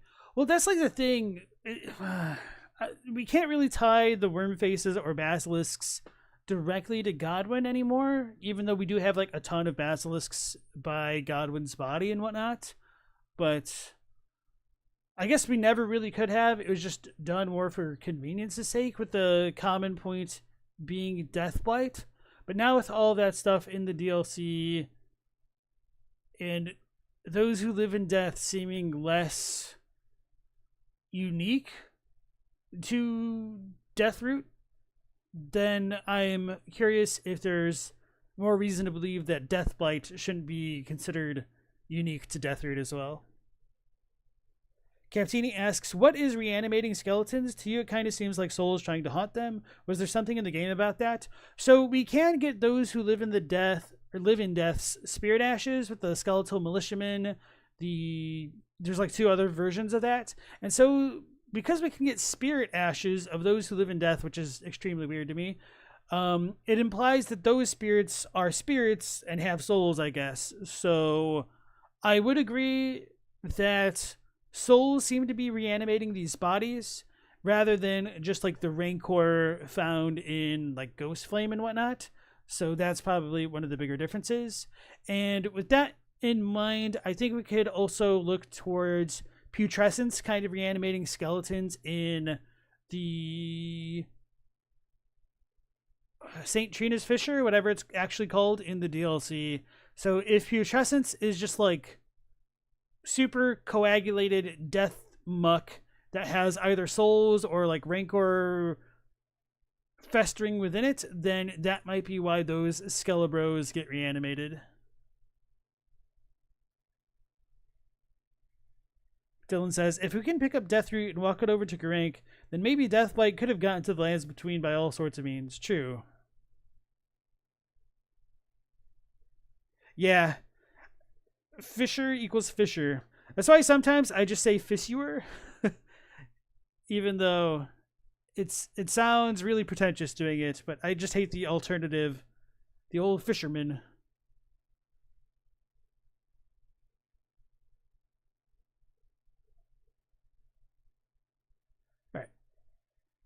Now, with all that said and done, let's go ahead and transition into we need to talk about the Hornsent Elden Ring DLC Lore by Miss Chalice. Ballarat is one of the Oh, most zoinks! So much louder. Okay, that's not her fault. The other video is just a bit quieter. So let me turn down my volume. Let's see how this goes. architecturally breathtaking legacy dungeons in the DLC.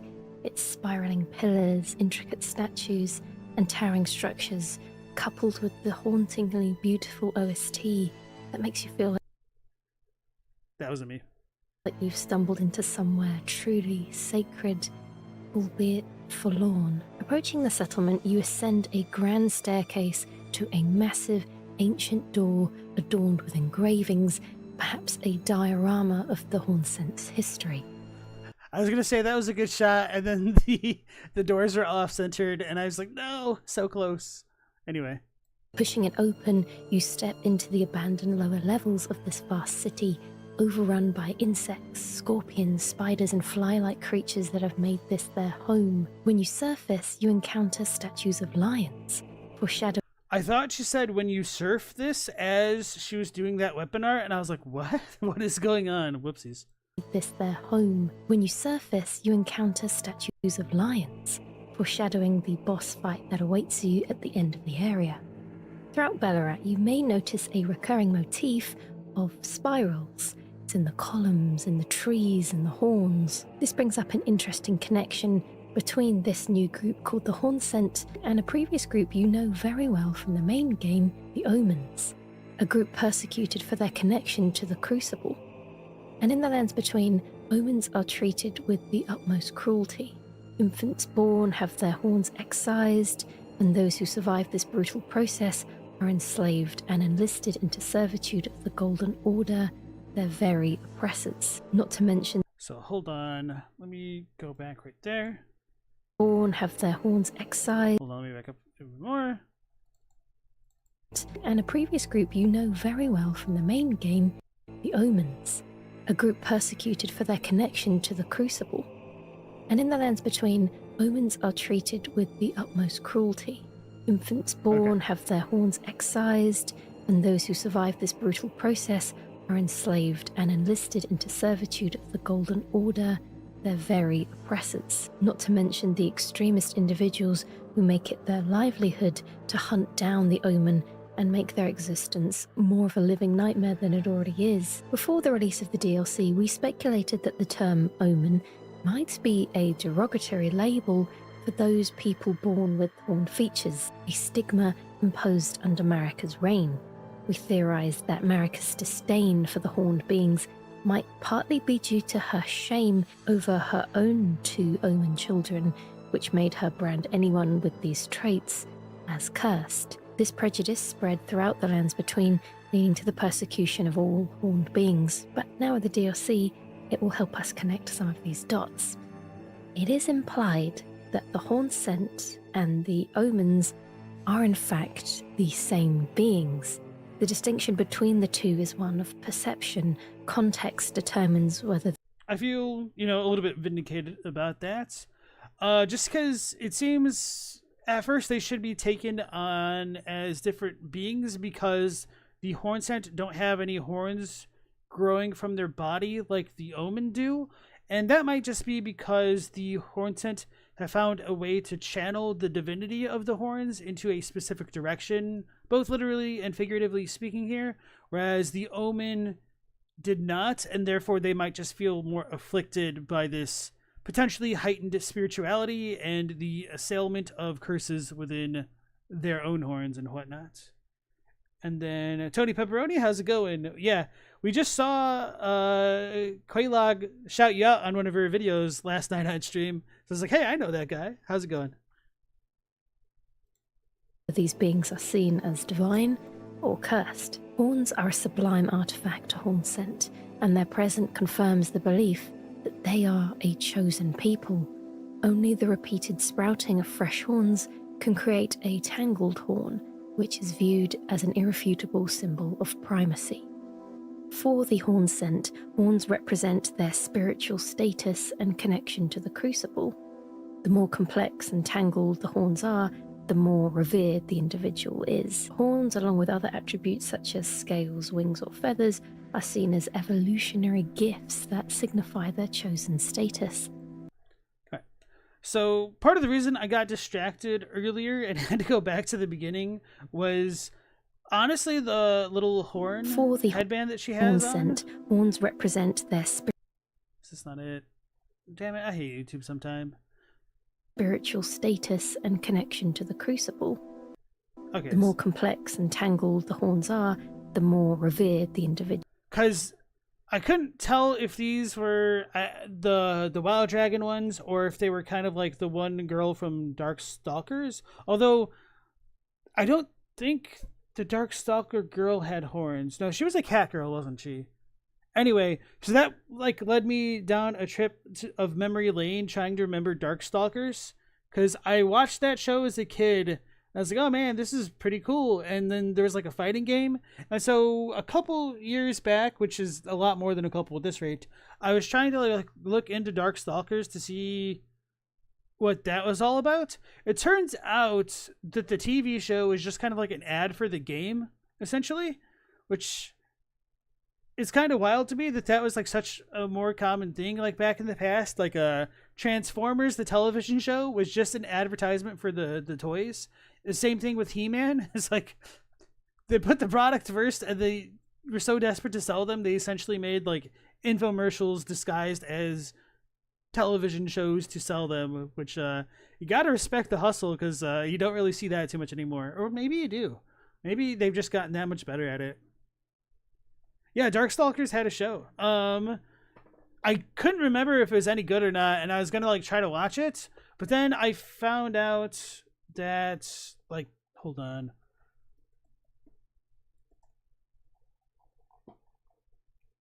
So it was an American children's animated television series produced by Graz Entertainment and aired in syndication from September to December 95. It's loosely based on the Capcom fighting game Darkstalkers: The Night Warriors. So it ran for one season of 13 episodes. Oh no, I was thinking of her. Okay. Yeah, so she doesn't have horns, she had wings on, but for some reason, this is kind of what it reminded me of. So anyway, I got totally distracted by that. I didn't end up watching the Darkstalkers TV series because I was wondering if it was like an anime and it had like a Japanese version, because it's a Capcom game. And so that kind of made sense to me. And then I was like, oh, it's just an American one. I mean, I'm not going to... Like, watching Darkstalkers was just kind of enough of a waste of time to not make it exactly worth it. But if I could like watch it in Japanese and, you know, stay up on my language studies while doing it, that would be enough of an excuse to kind of like give me an okay route for doing it. So anyway, that has really nothing to do with the video, but I just had to take that trip down memory lane. Berserk 97 is kind of an ad for the manga. Well, you're not entirely wrong when you phrase it that way. Corn says, sorry, most of you missed growing up in the 80s peak boy cartoons. You say that, but I mean, man, now kids have it spoiled because they could just watch all of those 80s shows if they really wanted to at any given moment with the internet and whatnot. And they also have they have much more access to like anime, like so Dragon Ball, Dragon Ball Z, Naruto, Bleach, any of your other shonen. It's essentially the same thing, but yeah, it's not the same. Okay. Is horns, along with other attributes such as scales, wings, or feathers, are seen as evolutionary gifts that signify their chosen status. Just having to sprint to the bathroom and try to get back before the commercials were completely over, definitely not the same. Hornsent view the crucible as sacred for the refinement wrought through its evolutionary gifts, most prominently their tangled horns. This perspective on horns contrasts what we found in the lands between, where horns symbolize impurity and regression. The Hornsent, on the other hand, celebrate their horns as symbols of divinity and advancement. This shows how different cultural and political perspectives influence the interpretation of these same physical traits. For further proof that the Hornsent and omens are the same, consider the connection between the omen bairn from the base game and the horned bairn from the DLC. The omen bairn, a small fetish of an omen child with excised horns, represents the painful existence of the omens in the lands between. The Horned Band from the DLC features a horned child with tangled horns, memorializing those who died due to their oversized horns. And it is wild to me just how much more horned the tangled one is, because you can't even see a child. Like, if I saw this, I would just think it was a carving of something else and not like a living organism. Cadena? Okay. Yeah, I've been to Cadena. It's pretty well, it's nicer than other places, I could just say that much. Or I guess they call it Cadena. These really, two items, both depicting horned children and discussing their early demise, highlight the shared suffering of these beings across different cultures and areas. The Hornsent and omens are likely the same people, seen through different lenses depending on the society they are born into. So the Hornsent represent a pre-Erdtree civilization that see their horns and connection to the Crucible as marks of divinity and spiritual ascension.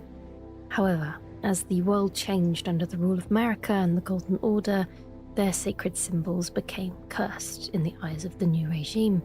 The Hornsent were rebranded as omens, their legacy twisted into something monstrous, leading to their oppression and erasure in the lands between. So before we get into why, let's return to Ballarat, specifically the significance of spirals. They are everywhere in Ballarat. So what do they mean?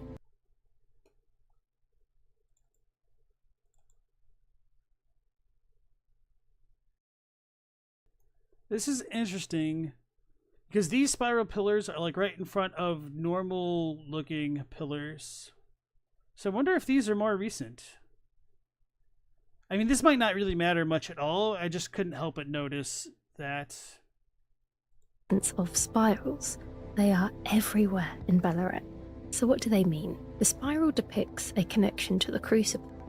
And just to be clear, even if those ones kind of look more recent, I don't think it can really get around the other spirals being like structural support for many of these buildings as being less recent or something like that. Primordial life force before the Erdtree. One key piece of lore that sheds light on the importance of this symbol is in the new DLC incantation, Spira, superior sorcery of the Tower Priest. Ooh, we've got a Final Fantasy player? Priests, wielded as an incantation of the spiral. Wrap one's arms together and hold them up to the heavens to summon a spiral of light that erupts at the enemy's feet. The spiral is a normalized crucible current that one day will form a column that stretches to the gods. The spiral represents the Hornsent's depiction of the crucible, embodying the raw primordial energy from which all beings are created or were created. For the Hornsent, spirals symbolize their connection to this life energy, and they believe that these spirals can form a column that reaches the gods, akin to the biblical Tower of Babel. Come, let us build ourselves a city with a tower that reaches to the heavens, so that we may make a name for ourselves. Otherwise, we will be scattered over the face of the whole earth. I do like that over the past 3 days, we've gotten 3 different videos making the Tower of Babel connections. And then Pigsy's saying these spell icons look like they're written on the same white paper as the Secret Rite Scroll. Like the white bark. Yeah, I can see what you mean with that. Spiraga is the next level of Spira. At the heart of Ballarat is a towering structure previously hidden in shadow, now becoming the place for the final showdown. It was there all along. This towering structure gives rise to the settlement's name, the Tower Settlement. It's not just... And it is also fascinating that as the shadow regresses, we're kind of left with gold for a time before it kind of materializes into its more corporeal form, which does bring up a lot of questions about what else might have existed in a similar way, or like how, or rather if there's anything else that is incorporeal that could be given more form by gold. And of course we do have the catacombs with the imps and watchdogs, which might have some relevance to this idea. But I guess I'm a little surprised it isn't done more. I guess they didn't necessarily need to, except for maybe the most drastic of instances. I don't know. A physical building. Oh, you haven't listened to Miss Chalice before? She makes a lot of really good videos. They're really well grounded, and she supports her points well. I enjoy them quite a bit. But a spiritual symbol of the Hornsent's ascetic practices. Many who reside near the tower are ascetics, dedicated to strict self-discipline and spiritual purity. Their goal is to ascend from mortals to tutelary deities, protectors of their land and people, through their commitment to abstinence and hardship. Their attire embodies their commitment to an austere existence of strict self-control. Wait, this is the ascetic set? Oh, that's the loincloth. Okay, I thought this looked like a cloak for a second because I don't read apparently. Anyway, or these are the ankle guards. So I was just wondering what these clasps were. So that might still be worth looking into, but anyway. In order to ascend from their mortal flesh into tutelary deities of the land, they heighten their spirituality through severe ascetic training. This reminds me of the character of Goldmask from the main game, who sacrificed finery, instead dedicating himself to understanding and critiquing the world order. The Hornsent ascetics believe that through spirituality and painful rituals, they can transcend their mortal form and ascend to a divine status as a tutelary deity, which means a guardian figure who usually protect specific places, like a patron saint or guardian angels. Hold on. I do want to make sure I heard that properly before I address it. The world order. The Hornsent ascetics believe that through spirituality and painful rituals, they can transcend their mortal form and ascend to a divine status as a tutelary deity, which means... Okay, yeah. That's fine. I was wondering if she was saying that it was just the Hornsent in general through divine invocation, but no, she's talking more specifically about the ascetics who would go on to become tutelary deities. So her saying spirituality there doesn't fully encompass the idea, but it's close enough that it's not that big of a deal. So I'm just gonna move on. A guardian figure who usually protect specific places, like a patron saint or guardian angels in other mythologies. So what is a tutelary deity in this game? So early in the DLC, you may encounter these statue-like figures that are missing their heads.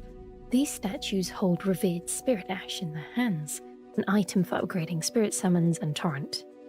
Upon entering Ballarat, one of the first things you see is a complete version of the statue with its head intact, revealing the wise, aged face of a heavily horned being.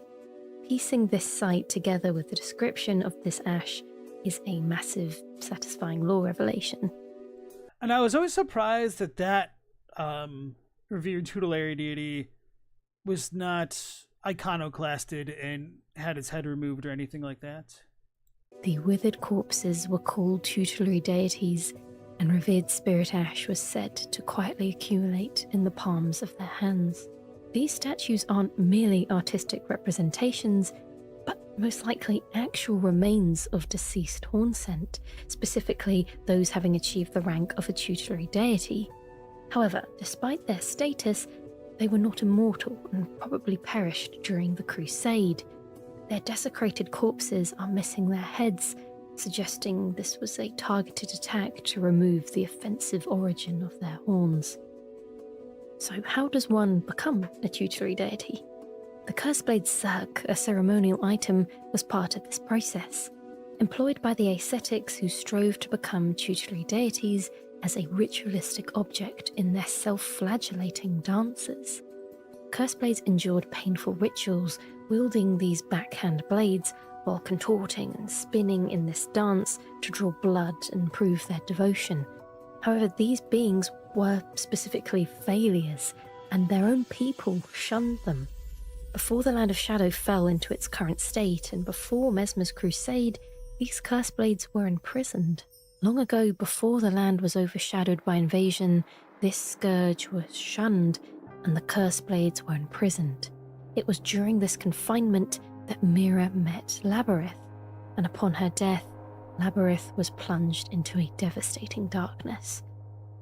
we get a fragment of a tragic story between two particular curse blades, Mira and Labyrinth, who met in captivity. After Mira died somehow, Labyrinth appeared to have been consumed by grief, which you can see reflected in their boss fight. They use the move literally called Darkness to represent the void of sorrow that they fell into. Despite the harshness of their society, the curse blades you find in the DLC continue to dance, a haunting reminder of the sacrifices demanded on the path to divinity. Another way to contact divinity is through a connection to divine beasts. So I'm a little bit surprised she didn't bring up how they were imprisoned by the Hornsent. Maybe she'll make that point later as well. And as I've mentioned on previous streams where we've talked about the Hornsent, I do wonder if part of the reason...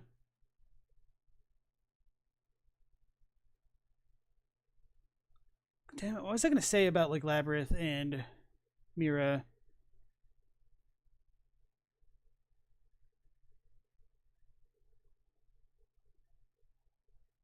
Well, it's weird because it sounds like they're cursed blades even before they are imprisoned and whatnot, which is perfectly fine.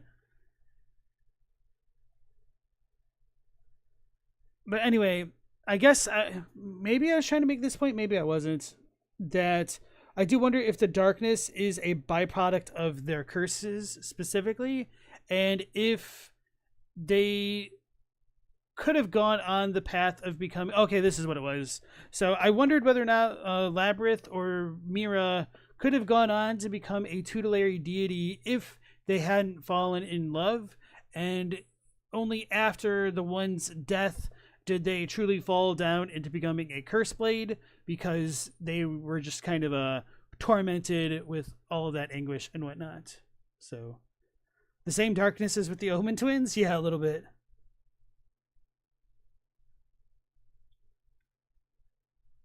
Are the Hornsent warriors younger than the Cursed Blades and the Beast warriors?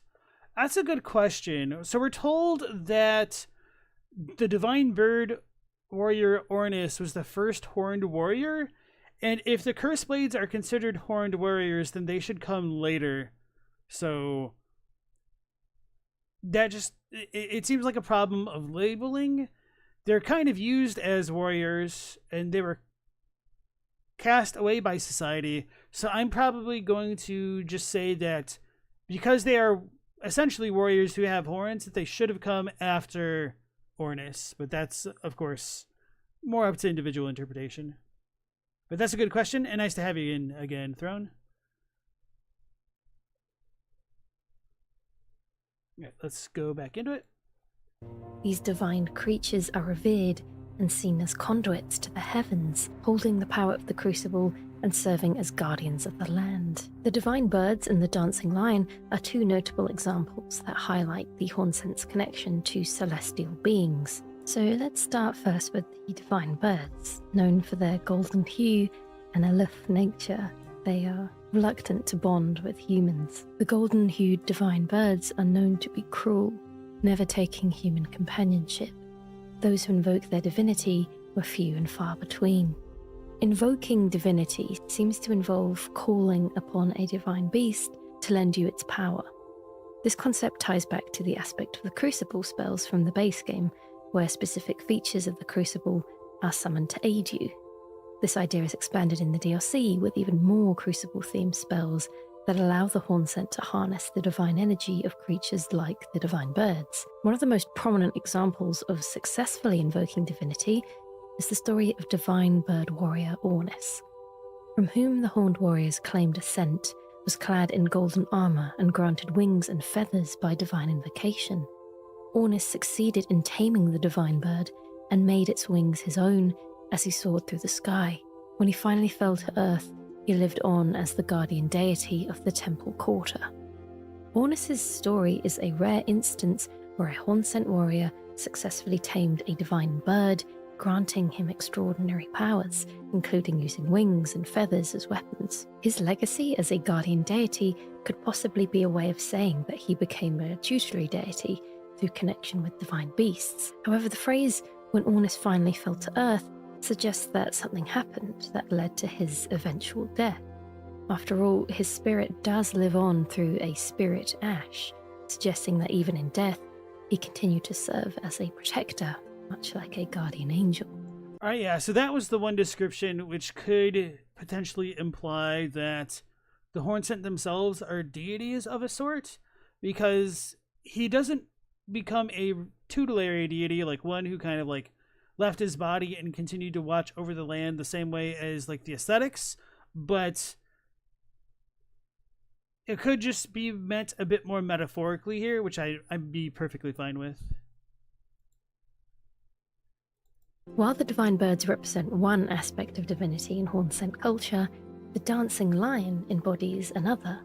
This divine beast serves as the area boss of Ballarat and is characterized by its crazed, cavorting dance, conducted at the Tower Festival. Divine beasts are messengers of the heavens, and their rage mirrors the tumult of the skies, of which storms are the pinnacle. The Dancing Lion is a unique boss fight that blends dance, storms, lightning, and frost, creating a spectacle of divine fury. So what exactly are we looking at here? Well, this lion isn't a literal animal.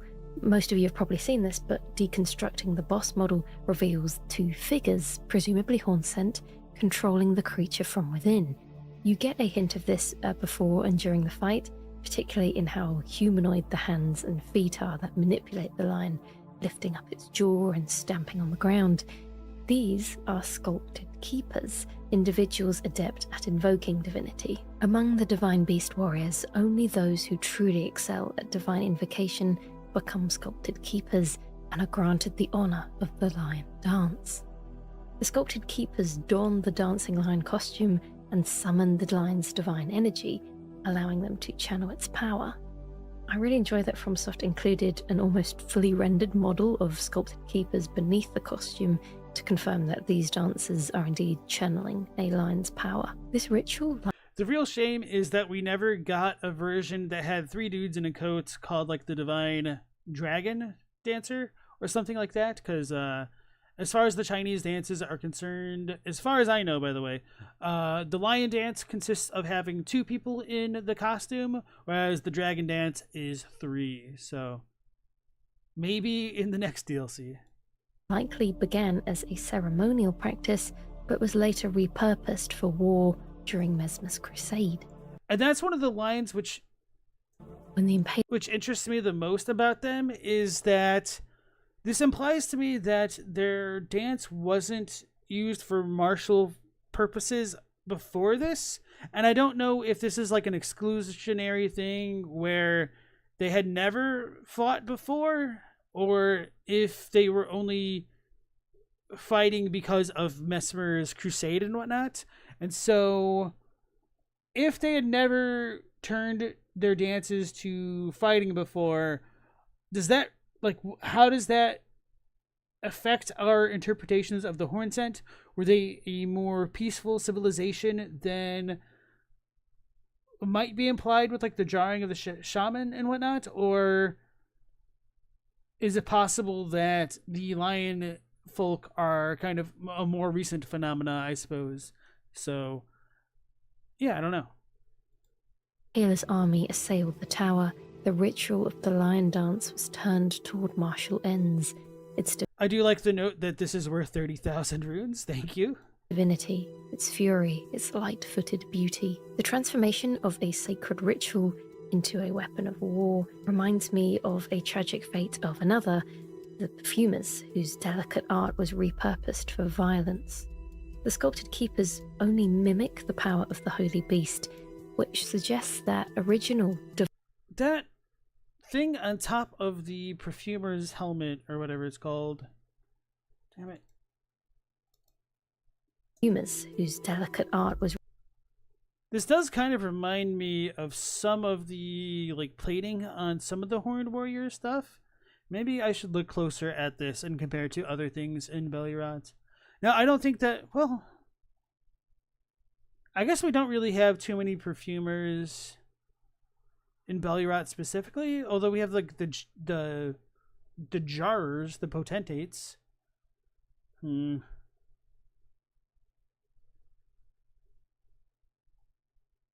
Yeah, this makes me wonder when the perfumers came to be and why.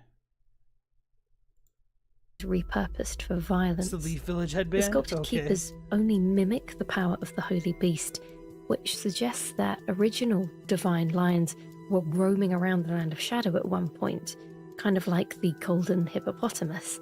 These divine beasts were real entities, not just manifestations. However, these divine beasts suffered greatly during Mesmer's crusade. Most of these creatures were brutally slaughtered. The majority of divine beasts were gored and hung upon Mesmer's spears, then burned in his flame. Those who witnessed the deed likened it to a funeral pyre for the tower itself. So, because of the way that we're shown the so-called beasts in the story trailer, I think this is a bit more of a metaphorical use of language to talk about the sculpted keepers as divine beast dancers rather than literal beasts, which ties into Korn's last question about, is it possible the Stormlord that Godfrey defeated was an actual divine beast, not one with sculpted keepers, but the actual divine one they were invoking? That is certainly a possibility. It is annoying that we don't get too many examples of beasts which might map onto that idea. I think the closest thing that we have are the guardian lions that we can see in Castle Stormvale, that's like guarding the gate to the Divine Bridge, essentially. And there's another one in, well, I guess there's two in Redmane Castle. There's also a random cat in Caelid between like the Deathbird and Castle Redmane from the Southern Ionian Site of Grace. It's somewhere around that region. And then, of course, we have, is it one or two in Castle Soul? Anyway, those guardian lions do have what looks to be like horns that have been excised. Although maybe saying excised isn't right. Maybe broken is a better term for it, because they aren't necessarily cut off at the root or anything like that. And then you were thinking it could be one of the giant horned beasts hanging in the specimen storeroom? Maybe. So, oh yeah, and then we do have one in the capital by a perfumer too, that's true. And then, yeah, going back to the divine lions and whatnot, even though we kind of fight the sculpted keepers, I do unironically think that it's kind of perhaps two dead bodies, maybe, I don't know, maybe they have like a little bit of life left within them, it's unclear. And their bodies could have literally been possessed by one singular entity, which is what our not Ania, not Empyrean Hornsent Grandam tells us. And so she does say that she feels its essence fading and whatnot, and that their wrath keeps it bound to the world, which probably ties a lot into the last video, which I maybe should have mentioned more. But since I didn't talk about the DLC too much, I also didn't talk about the DLC too much, I think. Anyway, we kind of defeat the sculpted keepers and potentially the spirit of that divine dancing lion. So it doesn't exist anymore, and I guess the Hornsent Grandam is led astray by the scent of the mask, which has like the divine lion scent stuck to it, I suppose. So anyway, here we go.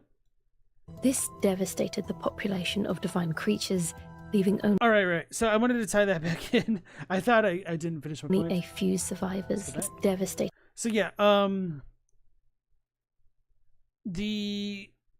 if we do defeat an actual divine lion spirit, then I don't think that the characterization of Mesmer defeating the beasts here is entirely incompatible with the idea of him defeating like literal beasts, or at least their spirits, I guess. The population Sweaty of divine mask. creatures, leaving only a few survivors, like the dancing lion you encounter in Bellaret and at the ruins. The sculpted keeper's ritual dance is probably one of the last remnants of these creatures, preserving the lion's power and essence in performance. Once again, like the curse blades, only the dance lived on. Dance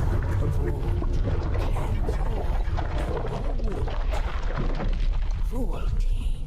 So who is that voice calling out to the divine lion? Who is the old woman? and what is her earnest prayer.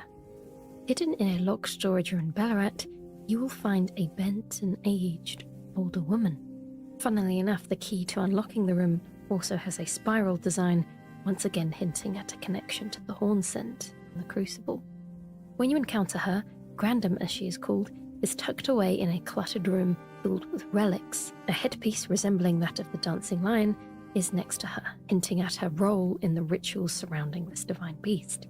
She bears massive, spiraling horns, so large and complex that they seem to obscure her eyes. Who art thou, stranger? By the look of thee, another of Mesmer's peons, methinks. Tell me, does thy kind never weary grow? She is filled with anger and suspicion. If you try and talk to her before defeating the dancing lion, she mistakes you as one of Mesmer's followers. Our lands were by thy kind set aflame, our tower by thy kind veiled in shadow. Thou camest, robbing us of all, spoiling all. Now, what I'm thinking about with the Grandam is that it's really interesting that she curses America most specifically if the Grandam is a finger reader or the equivalent of a finger reader or anything like that, because then if America is following the directives of the Two Fingers and the other crones are finger readers, does that mean the Hornsent civilization did not encounter the fingers? Is that one of the main differences? That might tie into the so-called betrayal of like the Erdtree and its forces against the civilization. I don't know. So yeah, maybe the Hornsent are actually more ancient after all, if the finger reader crones are super ancient too. Because maybe they could have all been of one clan after all. Actually, that might be part of it. Maybe it's a little bit of a stretch to assume that they are of their own class of individuals, or like their own race, their own whatever you want to call them, clan, and they would this might just be a generic old lady look for the FromSoft game of Elden Ring. I don't know. All right, as next, you have a good night, and thanks for dropping in as always. Robbing us of all, spoiling all. She accuses you of being part of the fiery crusade and the concealment of the Great Tower. Her words are laced with bitterness and grief, and she shows no fear of death, taunting to strike her down if you so wish. She clearly has a passionate hatred towards Mesmer, America, and anyone else associated. Interestingly, Grandam makes a rare reference to the word omen, cursing Marika and her children by invoking the sacred beast's wrath. The curse of the omen shall strike thee down. Using this term is curious because it's pretty much the only time the word omen is used in the DLC. It's also in lowercase, indicating that she's using it in the literal sense, an ominous sign of divine retribution. Right, so I do appreciate that reading of it right there. It looks like she's about to say more, so I'll shut up. However, this could have double meaning, given that the Hornsent and omens are the same people. She may be reclaiming the term omen, aware that it is a mark of shame and curse under America, and turning it into a symbol of vengeance. So I don't know about that part specifically, but I do appreciate that she didn't take it for granted that it is a curse of the literal omen people, which I know many people have come to that conclusion because of the way that it's written. The curse of the omen makes it sound like a noun, partially because it's the object of the preposition. But anyway, as I've talked about this before on the channel, as far as that is concerned in the Japanese text, it's not necessarily like the curse of the omen as much as it is like an abominable or ominous curse, if you want to stick with the omen terminology to some extent. So with that being said, it still uses similar terminology to the way that the omen are referred to as omen, but part of that gets obfuscated in that, well, this is kind of hard to explain. So if I were to try to make a parallel example, let's just say that in English, omen is only like one part of the term, and it might be better understood as like the ominous ogres or something like that, then it could just be truncated down to omen as far as like the localization is concerned, and like the second half of the ogre part is implied just because of like their appearance. So the Japanese use imi to represent that abominable, ominous portion of the word, and that is kind of used as a modifier for oni, which is like an ogre essentially. And in the Grand Dame's dialogue, rather than imi, she uses imawashi, which is an adjective used to describe a noun in that instance. And I'm trying to think of linguistically how to break this down. Anyway, the point is, it could be a direct reference to the omen after all, or it could just be a disambiguated term to describe something terrible. And perhaps like the oni, the ogre part, might be the omen part, if that makes any modicum of sense after this rambling explanation. Demon of Song? No, not exactly.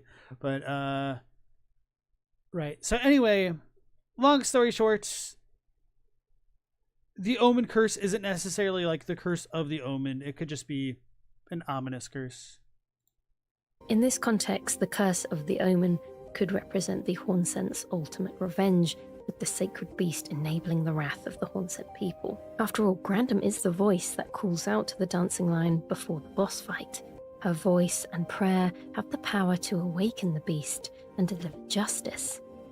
She's not just an old woman trapped in a storage room, but a senior spiritual figure, imperative to the success of the ritual of summoning divine power.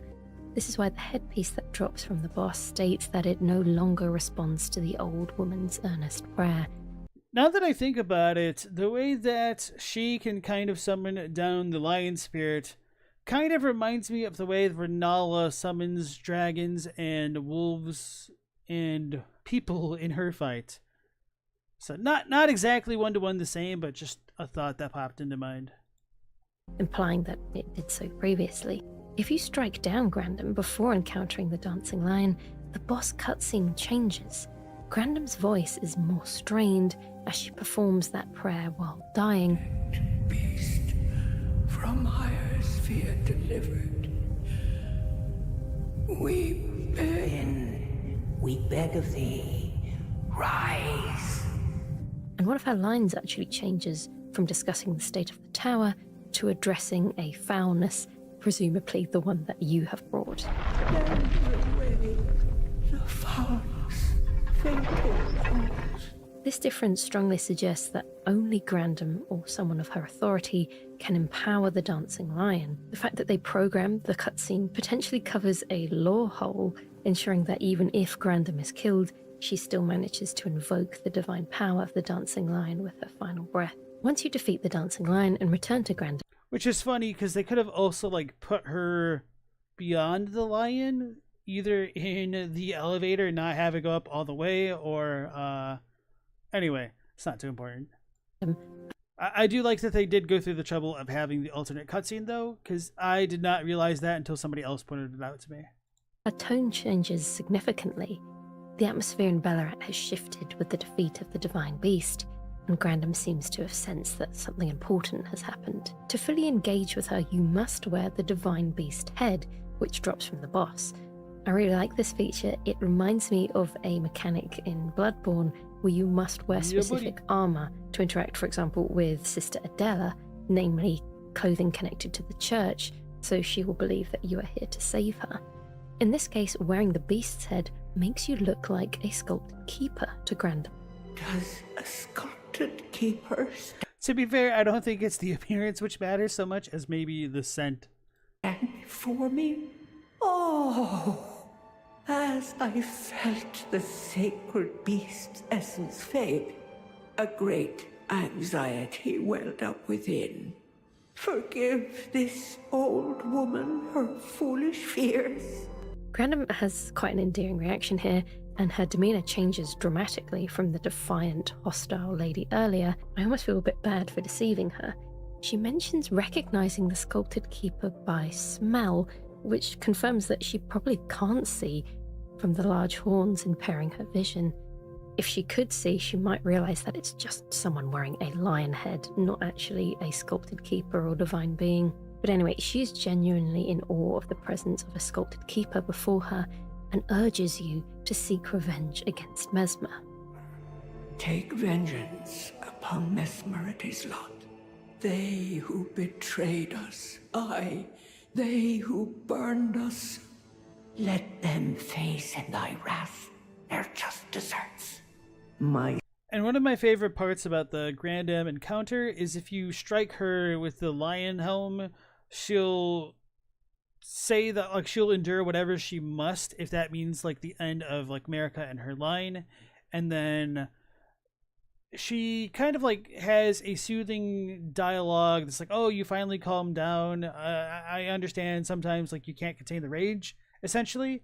But so it's just kind of interesting that she seems aware of the potential drawbacks of invoking the divinity of these divine dancing lions, and is willing to accept the consequences of that, which is really fascinating in regard to like the rest of the Hornsent society. Do they feel the same way, that even though they may invoke the ire of these divine beasts, are they truly fine with continuing what they're doing? It seems so. So, right. And then Joji smacked that old hag so hard with your greatsword you didn't get any scorpion soup. Rip. Yeah, I made the mistake of like accidentally hitting her once. And I think it was after I got all the dialogue as this lion or something. Then I hit her. And then she just like continued to die on her own. Maybe it was after the Mesmer fight that I accidentally hit her by like setting my controller down, and then she just died of her own accord. Like she said some stuff and then she just poofed.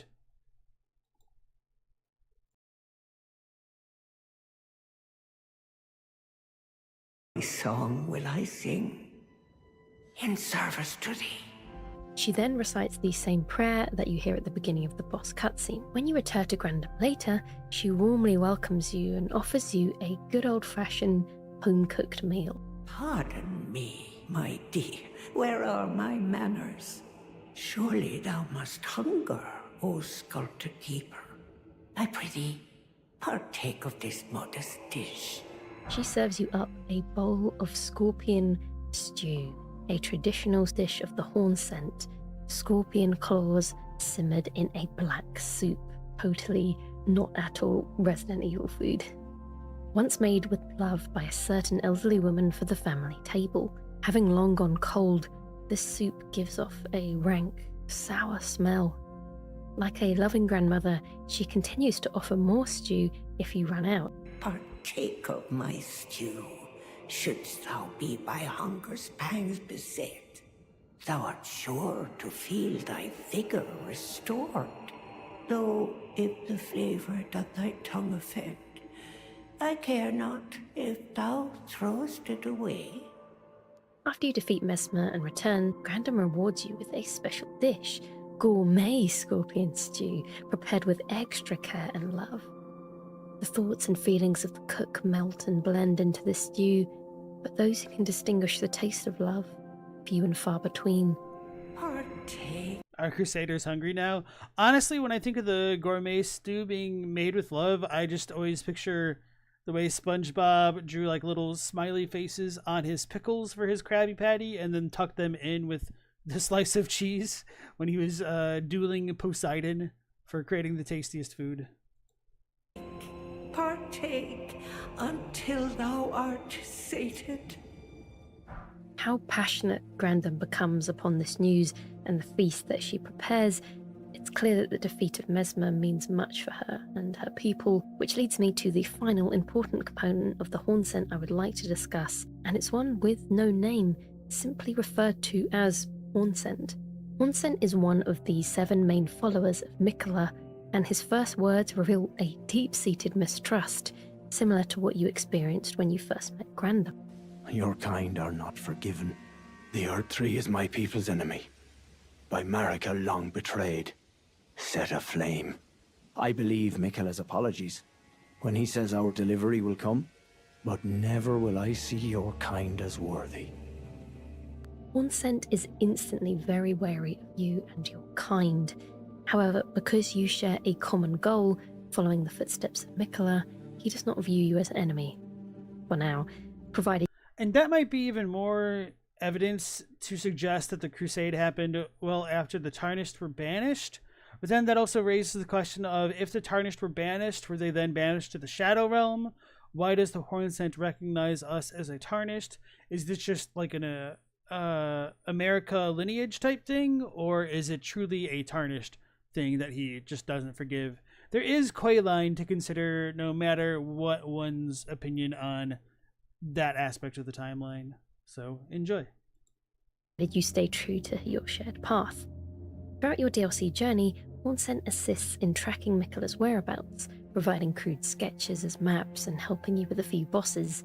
His faith in Mikola's plan is deeply intertwined with his desire for revenge against Marika and the Erdtree, which he views as a symbol of betrayal and suppression. So why this hatred for the Erdtree specifically? The answer lies in the existence of the Shadow Tree. Skadoo Tree blessing. Skadoo Tree. Was that Ratatosker at first? Skadoo Tree blessing. Skadoo Tree. The Shadow Tree stands crooked over Oh yeah, I guess I did take it for granted that she was pronouncing it like Shadow Tree. the Shadow Realm's skyline, its gnarled branches twisting in unnatural patterns, bristling with thorn-like protrusions. The bark is blackened and scarred, exposing its molten interior of golden glowing sap. Shafts of light pierce through the gaps in the branches. The air around it is thick with a sense of foreboding. In contrast, the Erdtree is bright and majestic, with a glowing trunk and branches that cast a warm, inviting light. It stands... You know, I guess I took it for granted how much wider the actual Erdtree's trunk is in comparison to this one. In contrast, the Erdtree is bright and majestic,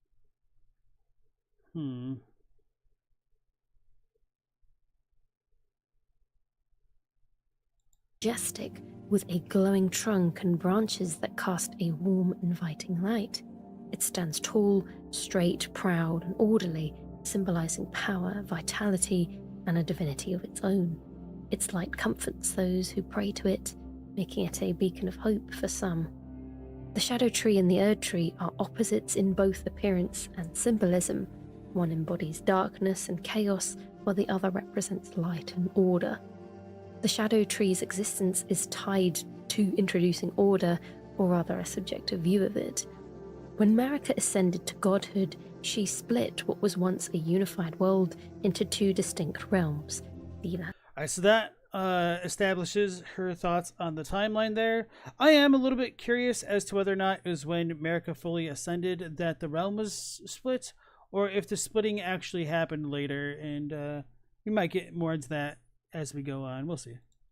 That's between and the Land of Shadow. This division led to the birth of the Erdtree, and quite literally its shadow, Shadow Tree.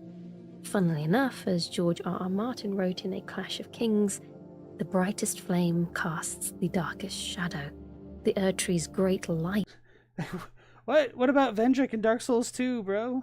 I mean, I guess Clash of Kings does probably predate Dark Souls 2, so anyway. It only emphasizes the dark side it seeks to suppress, the Shadow Tree, its realm, and its inhabitants. The Land of Shadow is a direct consequence of Marika's actions and the subsequent efforts to suppress its history. This is why the Hornsent views the Erdtree as their enemy. It symbolizes Marika's control in the moment that she abandoned their world, ordering it and its inhabitants to be cleansed by fire. Thorns now grow from the shadow tree, embodying the resentment and desire for retribution. Denounce their ways, do them harm, for they have abandoned us. Spurn all that exists, wound all that exists, for we have been abandoned. This is the mentality of the Hornsent and why the shadow tree looks the way it does, hurt, damaged, and covered in defensive thorns. And thinking about that whole idea of being abandoned tying into the shadow tree, I wonder if that could thematically tie into Marika potentially being abducted by the Hornsent or her jarring relatives, or jarred relatives perhaps. Maybe she was thrown into a jar and this could have been like the birth of her shadowy ideas here, and so she may have just wanted revenge and retribution against the entire world or something like that. But of course, a lot of that stuff is a stretch and is more up for individual interpretation than anything textual.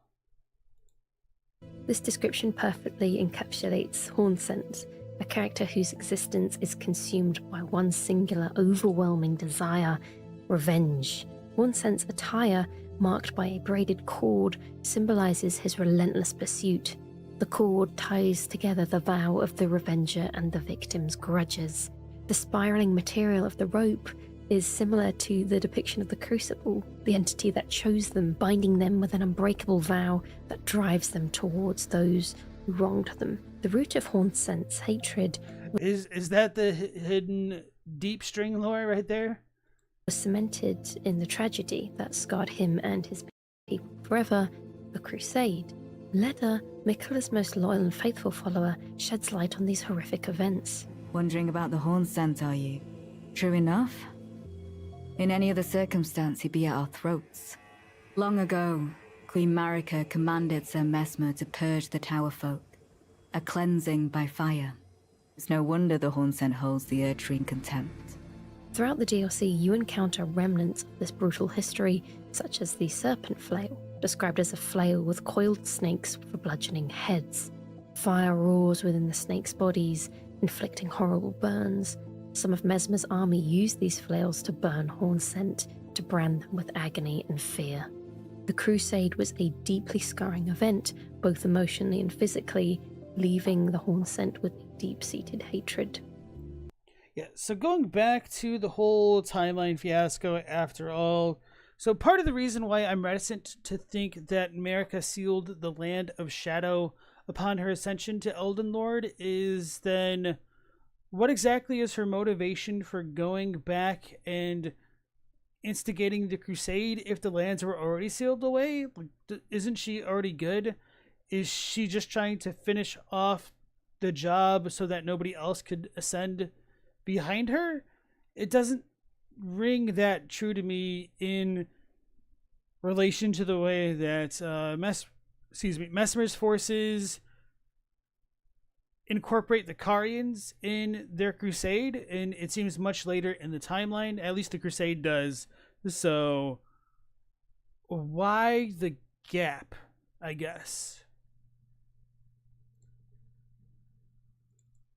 After the Purge, Hornsent's life became consumed with vengeance, his unpersonable nature evident when your interactions with him reflect a man twisted by Kitty. a quest for retribution. While this quest gives him a purpose, Kitty disappeared. and twisted by a quest for retribution. While this quest gives I feel that though. There's a lot of takes that I've had where the dogs started making noise and I've had to just like stop and redo it. him a purpose, it also leads to his eventual downfall. At one point you can suggest to Leda that Hornsent be removed. She seeks your opinion to identify potential threats within your group, and if you mention Hornsent, she will agree with your assessment, acknowledging his single-mindedness and volatility. If he were to point his blade at Sir Mesmer or Queen Marika, perhaps it would not matter, but vengeance changes a man. And one day, his blade may turn towards Miquella the Kind. Regardless of your choice, the most pivotal decision comes when you can summon Hornsent for a boss fight against Mesmer. If you choose to summon him, His fiery hatred explodes. Mesmer! Foe of my beloved people! In vengeance for the flames, my blade I wield! For Hornsent, this battle is more than just a fight. It's an opportunity to enact the revenge he so longed for. And upon your victory, he will say, Did you see Mesmer's face? 'Twas sublime. A very tangle of snakes. To think he dared call us savages, when he himself was most base of all. However, this is bittersweet. When Hornsent takes grim satisfaction in Mesmer's downfall, it doesn't actually bring him the peace he was seeking. Instead, it deepens his thirst for more revenge.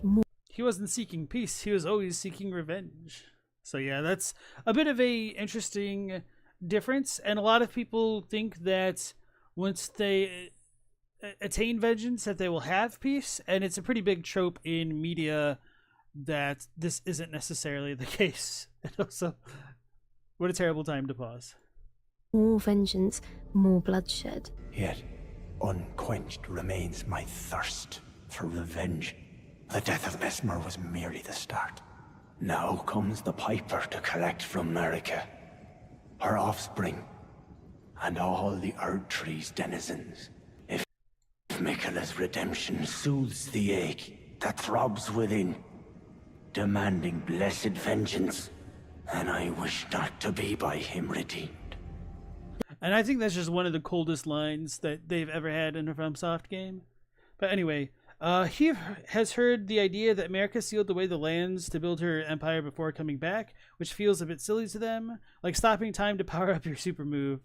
So about that, another reading could be that America may have initially wanted the Shadowlands to, like, she may have just left the Shadowlands and was fine with it. And if the Crusade was enacted by the Tarnished after they were banished by Godfrey, then perhaps she banished them to the Shadow Realm and was kind of killing two birds with one stone by getting rid of a super barbarous army as she tried to instill a new age / order of reasoning. But then I don't think that works very well in relation to what the hell is going on with Godfrey then. How come we don't have many more Tarnished in the Shadowlands? Is it because the Tarnished have all come back and pretty much have all died in the lands between? Are we kind of the exception? Does that mean that the Shadowlands would be accessible by boat if Roderica came from elsewhere by boat to the lands between? And like, there's just a lot of things that don't work with that reading. So yeah, I feel like a lot of these explanations have their own deficiencies. The death of one enemy only sharpens his desire to find another. Hornsent is trapped in an endless cycle of vengeance, a futile quest from which he cannot escape. His unyielding desire for revenge even leads him to abandon his loyalty to Miquella, rejecting the once shared goal. He wants the desire for revenge to remain within him, a twisted source of purpose. Tragically, later in the game, Hornsent will invade you. He realizes that you are associated with the Erdtree and seek to enter it to become Elden Lord. This connection makes you a target for his bloodlust. With such an unending goal, putting him down here is arguably an act of mercy. If you defeat Mesmer without summoning Hornsent, his reaction is utter despair. Denied the chance to enact his long-sought revenge, he is left questioning his worth and purpose. What cruelty is this? Who would rob me of my one vital purpose? Am I so feeble, witless, dull of blade, that vengeance was never to have been mine? You might I honestly don't remember getting that dialogue, which, I mean, I must have, but maybe I was just not paying enough attention to, like, commit it to memory, perhaps. think, well, I did you a favor, an eye for an eye, a life for a life. But vengeance is rarely so simple. Hornsent does not see it this way, as his despair deepens. Oh, mother. Oh, most cherished wife and child.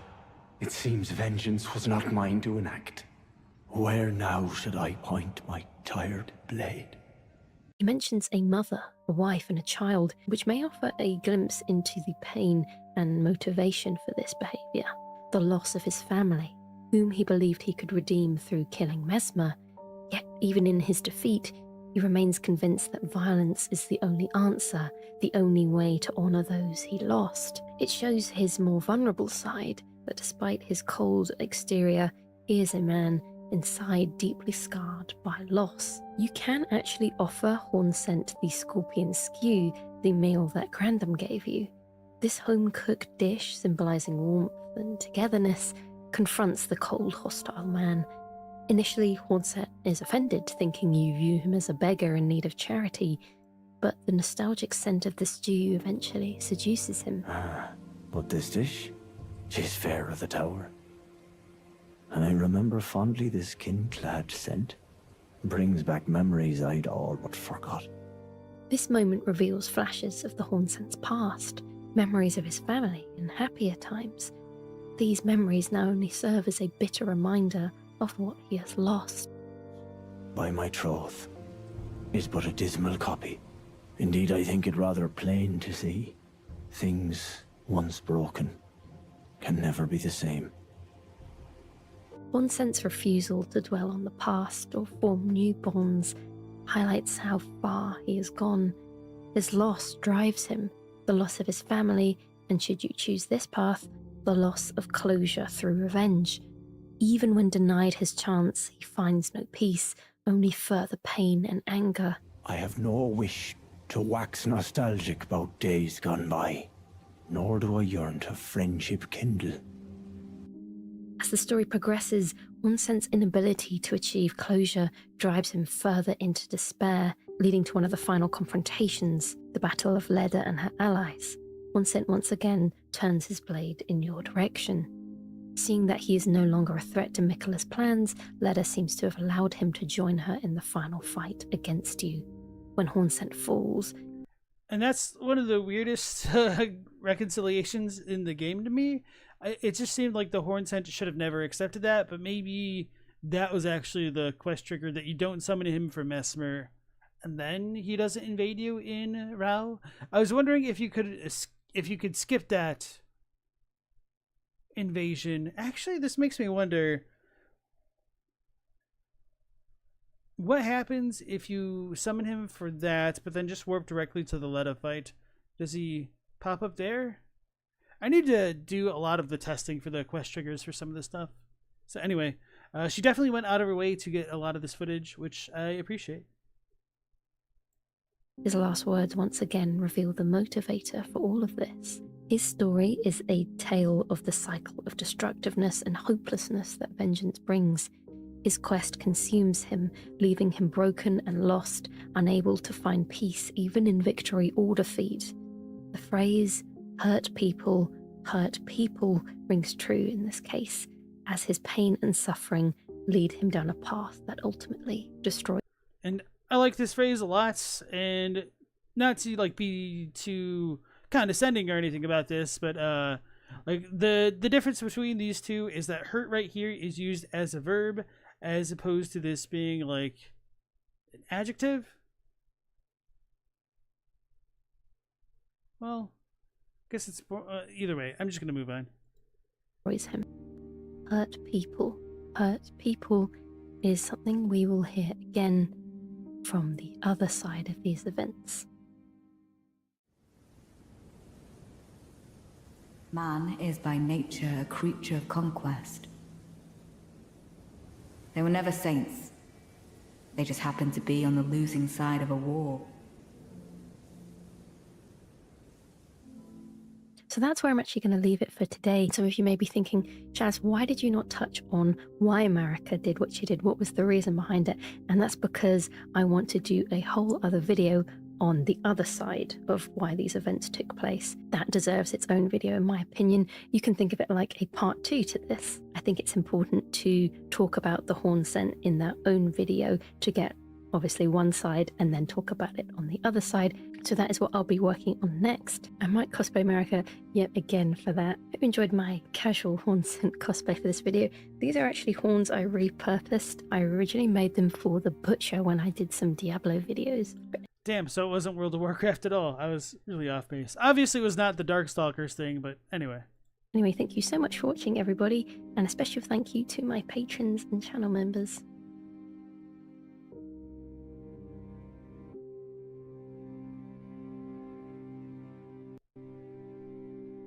Is this YouTube having issues, or is it the actual video? YouTube has been kind of dookie tonight.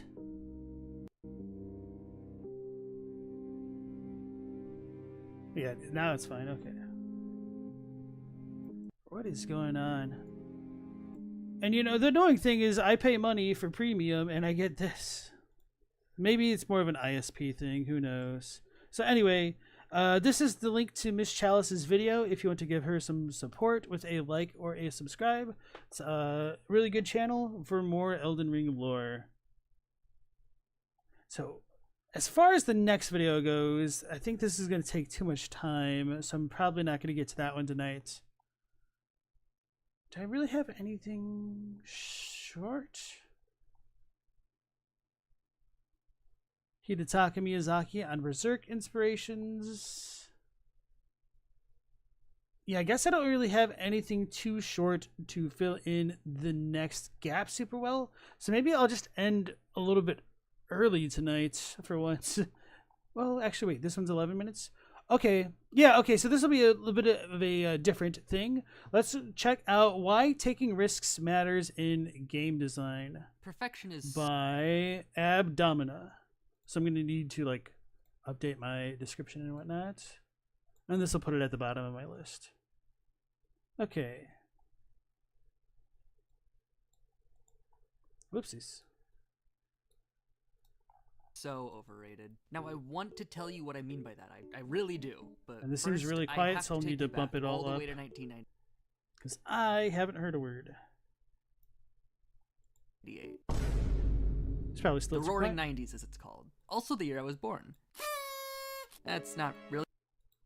Perfection is so overrated. Now I want to tell you what I mean by that. I really do. But first, I have to take you back all the way to 1998. The Roaring 90s, as it's called. Also the year I was born.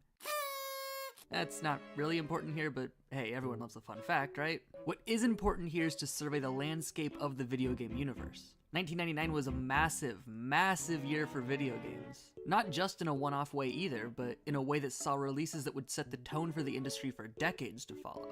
Banjo-Kazooie and Spyro set the tone for releases like Jak and Daxter and Ratchet & Clank, a series still in production to this day, 20 years following its initial release. Wait, did he say it set the tone for Spyro? I didn't realize this came out first. Banjo-Kazooie and Spyro set the tone for Oh, releases and Spyro. Okay.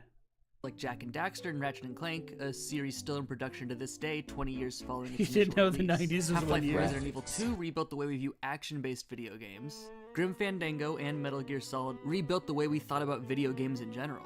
And Legend of Zelda Ocarina of Time, well, kind of did all of the above.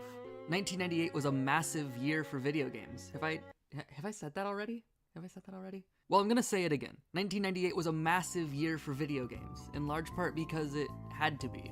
When I mention video games as a genre, it likely means something different to me as it does for you. Where those two words for me are immediately associated with some of my personal favorites like Persona 5 and Undertale and the Beginner's Guide and so on, the script is likely different for you. Maybe you think of games like Super Mario Galaxy and Portal 2, which is likely different from the way a younger person thinks about video games, with associations I'm old. I'm so old. to Fortnite and Roblox likely being common, which is likely different from the way an older person thinks about video games, where Candy Crush and other mobile games are likely at the forefront of their minds. Are you confused This hurts. My demographic has not been represented.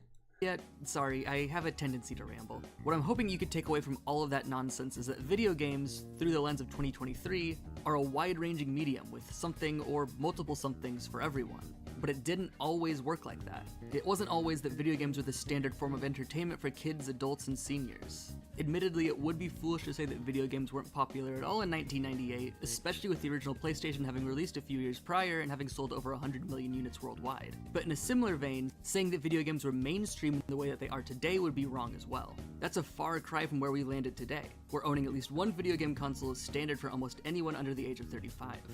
And yeah, I guess this is kind of a weird thing for me to think about, just how much different the culture around gaming in general is for younger people now than it was when I was younger, and just how much more they must take it for granted that gaming is just kind of a part of life, or like not like all life, don't get me wrong, but it's certainly a lot more accepted now than it was then.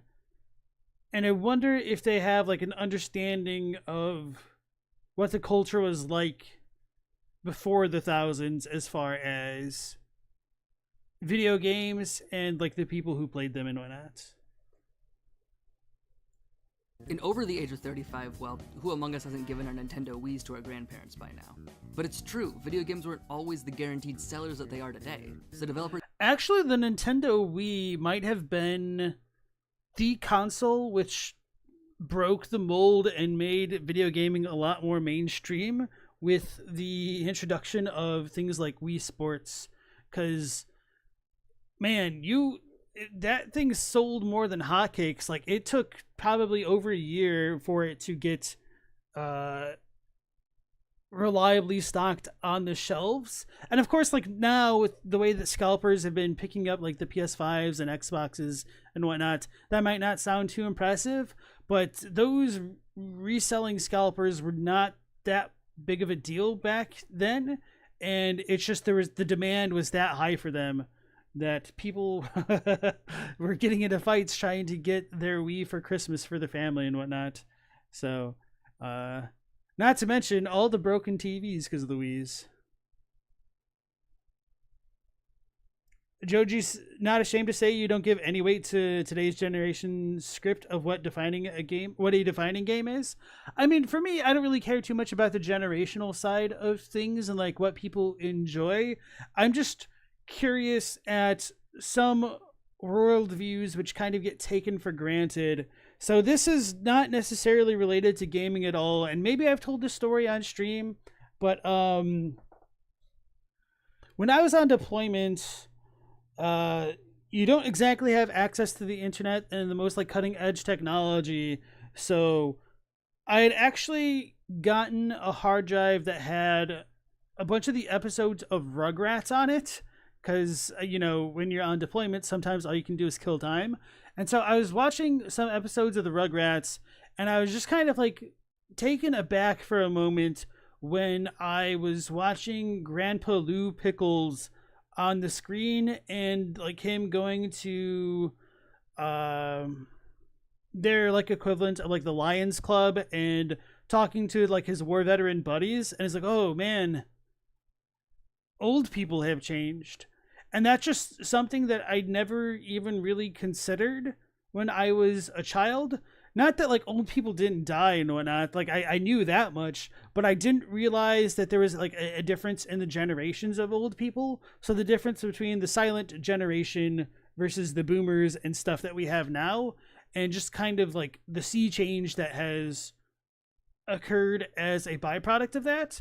And so even though I do have like a lot of issues with the silent generation for like the lack of equality and a lot of things relating to that, there was a kind of stoicism to that generation, which I do think was kind of admirable from the time that they grew up and whatnot. And that's not something I ever realized that I would even begin to miss. Like it just was not a concept that I could even conceive of. So yeah, the old people aren't the old people of old, which I think is a good thing, but it's a bit different experiencing that and realizing that a lot of those connections to the past aren't really there anymore. You know what I mean? Stellar members aligned to get a Wii months after it was released. It might have just been all the PTSD. Yeah, I definitely buy that. Operators currently nostalgia tripping about Nintendo player guides. Hell yeah. And then Sensory Euphoria, welcome into the stream. All right, let's go back to the video now that we've been waxing poetic about the past. Had to do something crazy in order to capture the attention of prospective buyers. They had to try. Take the Madden series, for example. Year after year, Madden releases a new game. Year after year, their user reviews on Metacritic for Madden get lower and lower for that year's release.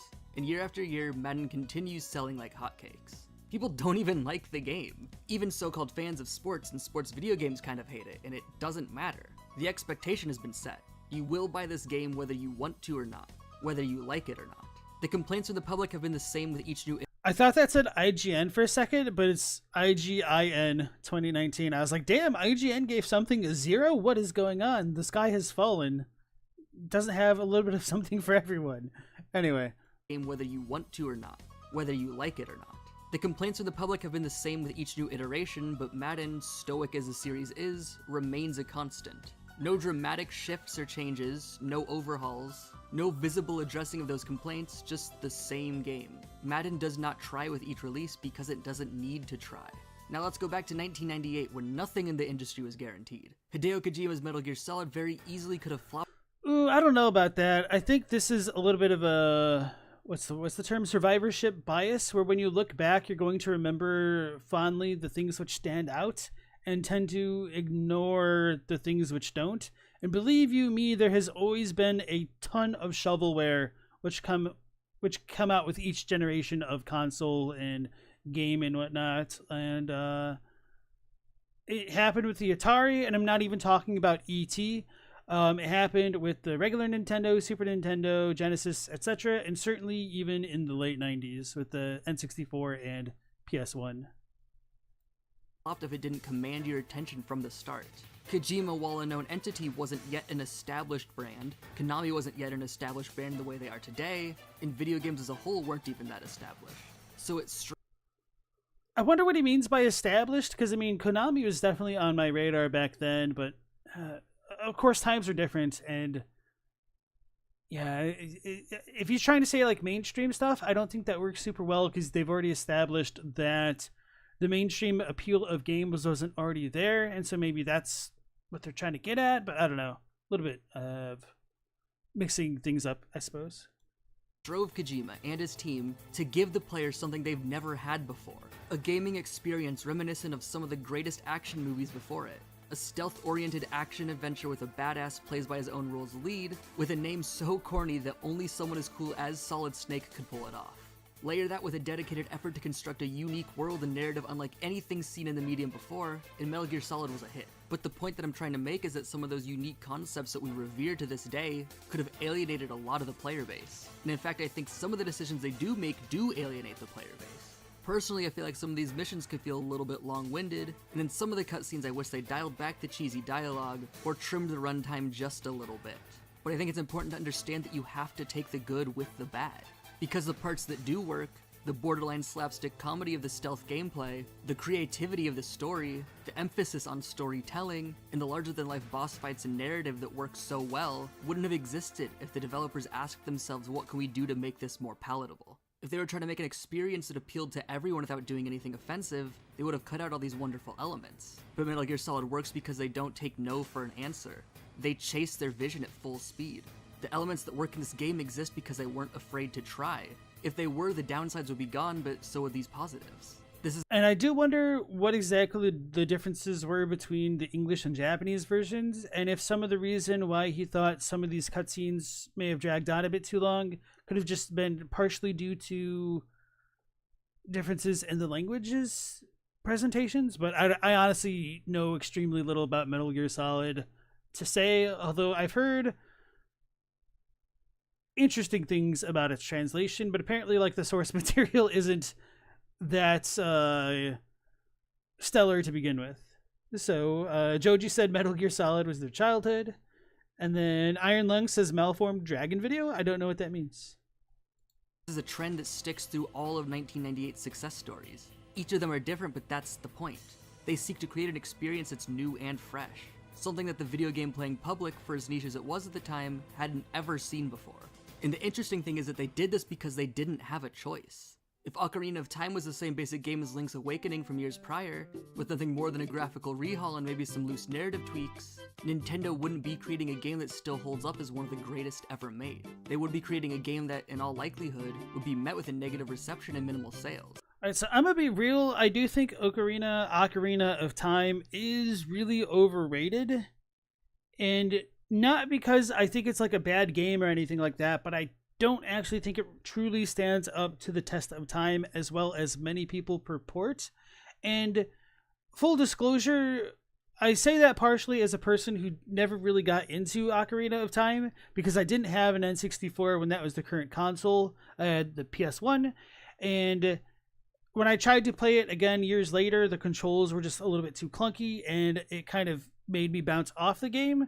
And this isn't like a condemning critique of the game at all, don't get me wrong, but I'm just saying, for me personally, I unironically think that a game like Link to the Past or even Link's Awakening to a certain extent does actually hold up better if you potentially give it, like all three of these games, to somebody who's never played any Zelda game. But I guess that is also a bit of a guess on my part, and a lot of that also goes into like how familiar a person is with games in general at this point.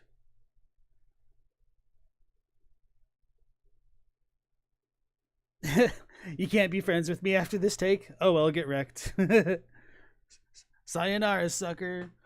And then Stella says, budgets exploded and the industry became more corporate. It's kills taking the risk. Yeah, that's a true story. That's why indies tend to be more innovative than AAAs now. Yeah, that's kind of what I was thinking earlier today as well. I mean, just a lot in general. That the double-edged sword about the innovation of the indie game is that they don't have the marketing to push it and get the recognition they deserve most of the time to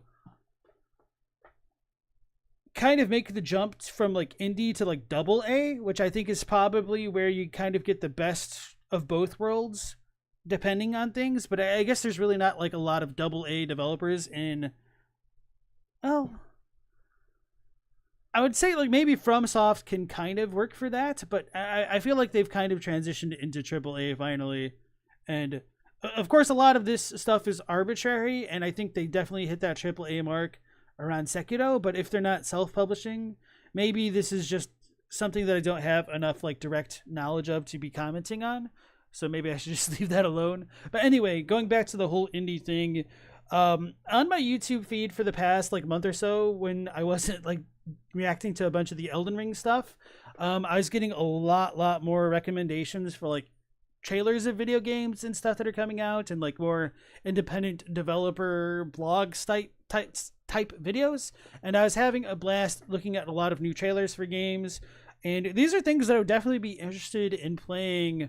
But I think one of the biggest barriers to getting into indie games now is that not only are indie games competing with every game that's coming out the year that they're coming out, they're also competing against every other game that's literally been made. And that's also true of the AAA games, don't get me wrong. So I'm finding it a lot more difficult to justify trying to take a risk on a new game and spending the money on something that could be good, rather than going back in time or like playing something that's like free to play now and not necessarily needing to worry about that risk. And it's just, it feels like they're probably getting squeezed at both ends unless they have like Kickstarter funding to kind of launch them into the like the next level, I suppose.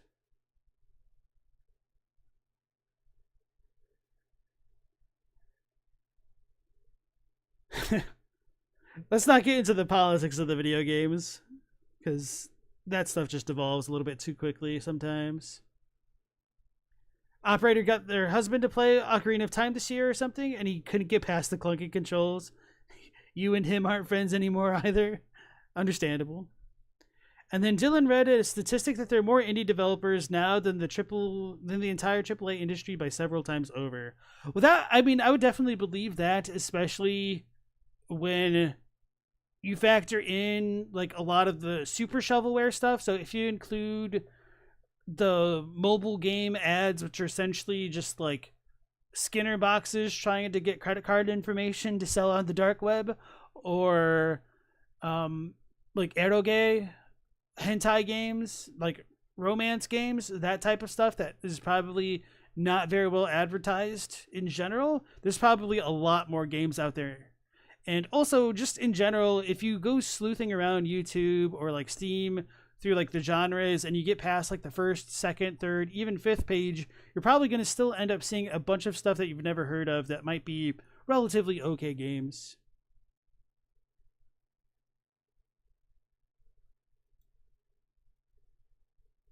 All right, let's go ahead and continue. Nintendo tried to make something new, so they abandoned the old. Ocarina of Time was the first Zelda game with the standards we hold for this series today. It was the first 3D game of the series, and it was the first game with the target lock system. While those changes sound obvious now, abandoning the formula that worked so well in the past is not as easy as it sounds. It's a bold venture to take risks, even if those risks don't seem so risky in hindsight. The complete shift in structure could have left Zelda fans feeling abandoned by the series they loved, but Nintendo, never ones to follow in a pack for better and for worse, went with what they thought would work rather than sticking to the status quo. They rolled the dice and produced one of the greatest games ever made. Great games, all great games, come from following a similar model. Nothing spectacular ever came from the same old, same old. Nintendo knows that, so they stuck to their guns, which will always come at the cost of risking people hating what you created. Art will never be universal, but the pieces that truly stand the test of time do so because they don't seek flawlessness. They seek brilliance, even if it comes with imperfections. Perfection is so overrated. Undertale is considered one of the greatest games ever made. Whether you agree with that sentiment or not is a separate discussion, but, well, look at the reviews. Look at the audience reception. Look at the fan engagement even still. The problem with Undertale is Undertale's fans, unironically. It's kind of tragic that this happens, and this is true of like many fandoms. Star Wars is ruined by Star Wars fans. You could pretty much pick any of your quintessential topics and say that the fan base have ruined it, except for maybe like Lord of the Rings, ironically enough.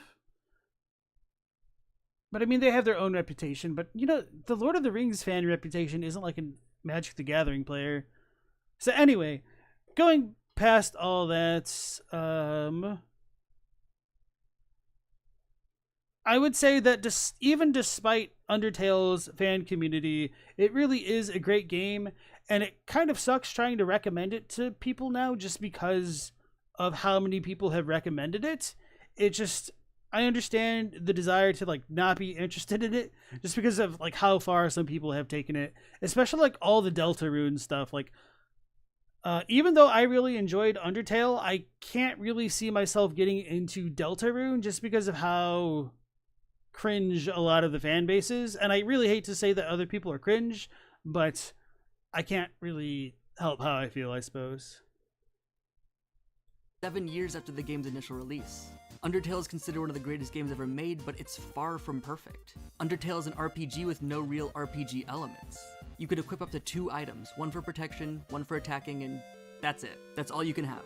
Compare that to some of the RPGs that released around the same time as Undertale, and what you have is an RPG that feels very, very bare bones. It comes with side quests technically, but it has essentially a linear world. There really are no branching paths. No ways to get lost for hours in a sea of content you don't technically have to do. There are some areas you can't easily travel back to, and even the ones you can are sparsely populated with the exception of one repeating line of dialogue per NPC for the most part. The combat is equally sparse, with really only one real mechanic. Dodge the enemy attack in a quick time event and then time your own attack correctly, or don't if you're playing the game right. On par with its simplicity is the presentation. Games released before Undertale, games like Journey, The Last of Us, Bioshock Infinite, Ratchet & Clank: A Crack in Time, all offer visually stunning worlds for various different reasons. Undertale just looks, well, like a game from 1998, ironically enough. And yet, Undertale is considered one of the greatest games ever made. All of the perceived faults listed above are ones that I have with the game itself, and even I still think that Undertale is one of the greatest games ever made. Because... Alright, so this is getting a little bit repetitive, and it's a little bit annoying. Say it with me. Perfection is so overrated. Perfection, by definition, is the absence of fault. Things that are perfect are flawless. And the idea of flawless... Oh no, Dylan's asking what happened with the fan base. So, if you have no idea about the fan base, I mean, that's perfectly fine. They're really not that bad. It's just that when you find a mega fan of Undertale, they'll kind of let you know about it. So to make a terrible analogy, a lot of Undertale fans are kind of like the CrossFitters of gaming. So, hey, Vorb, how's it going?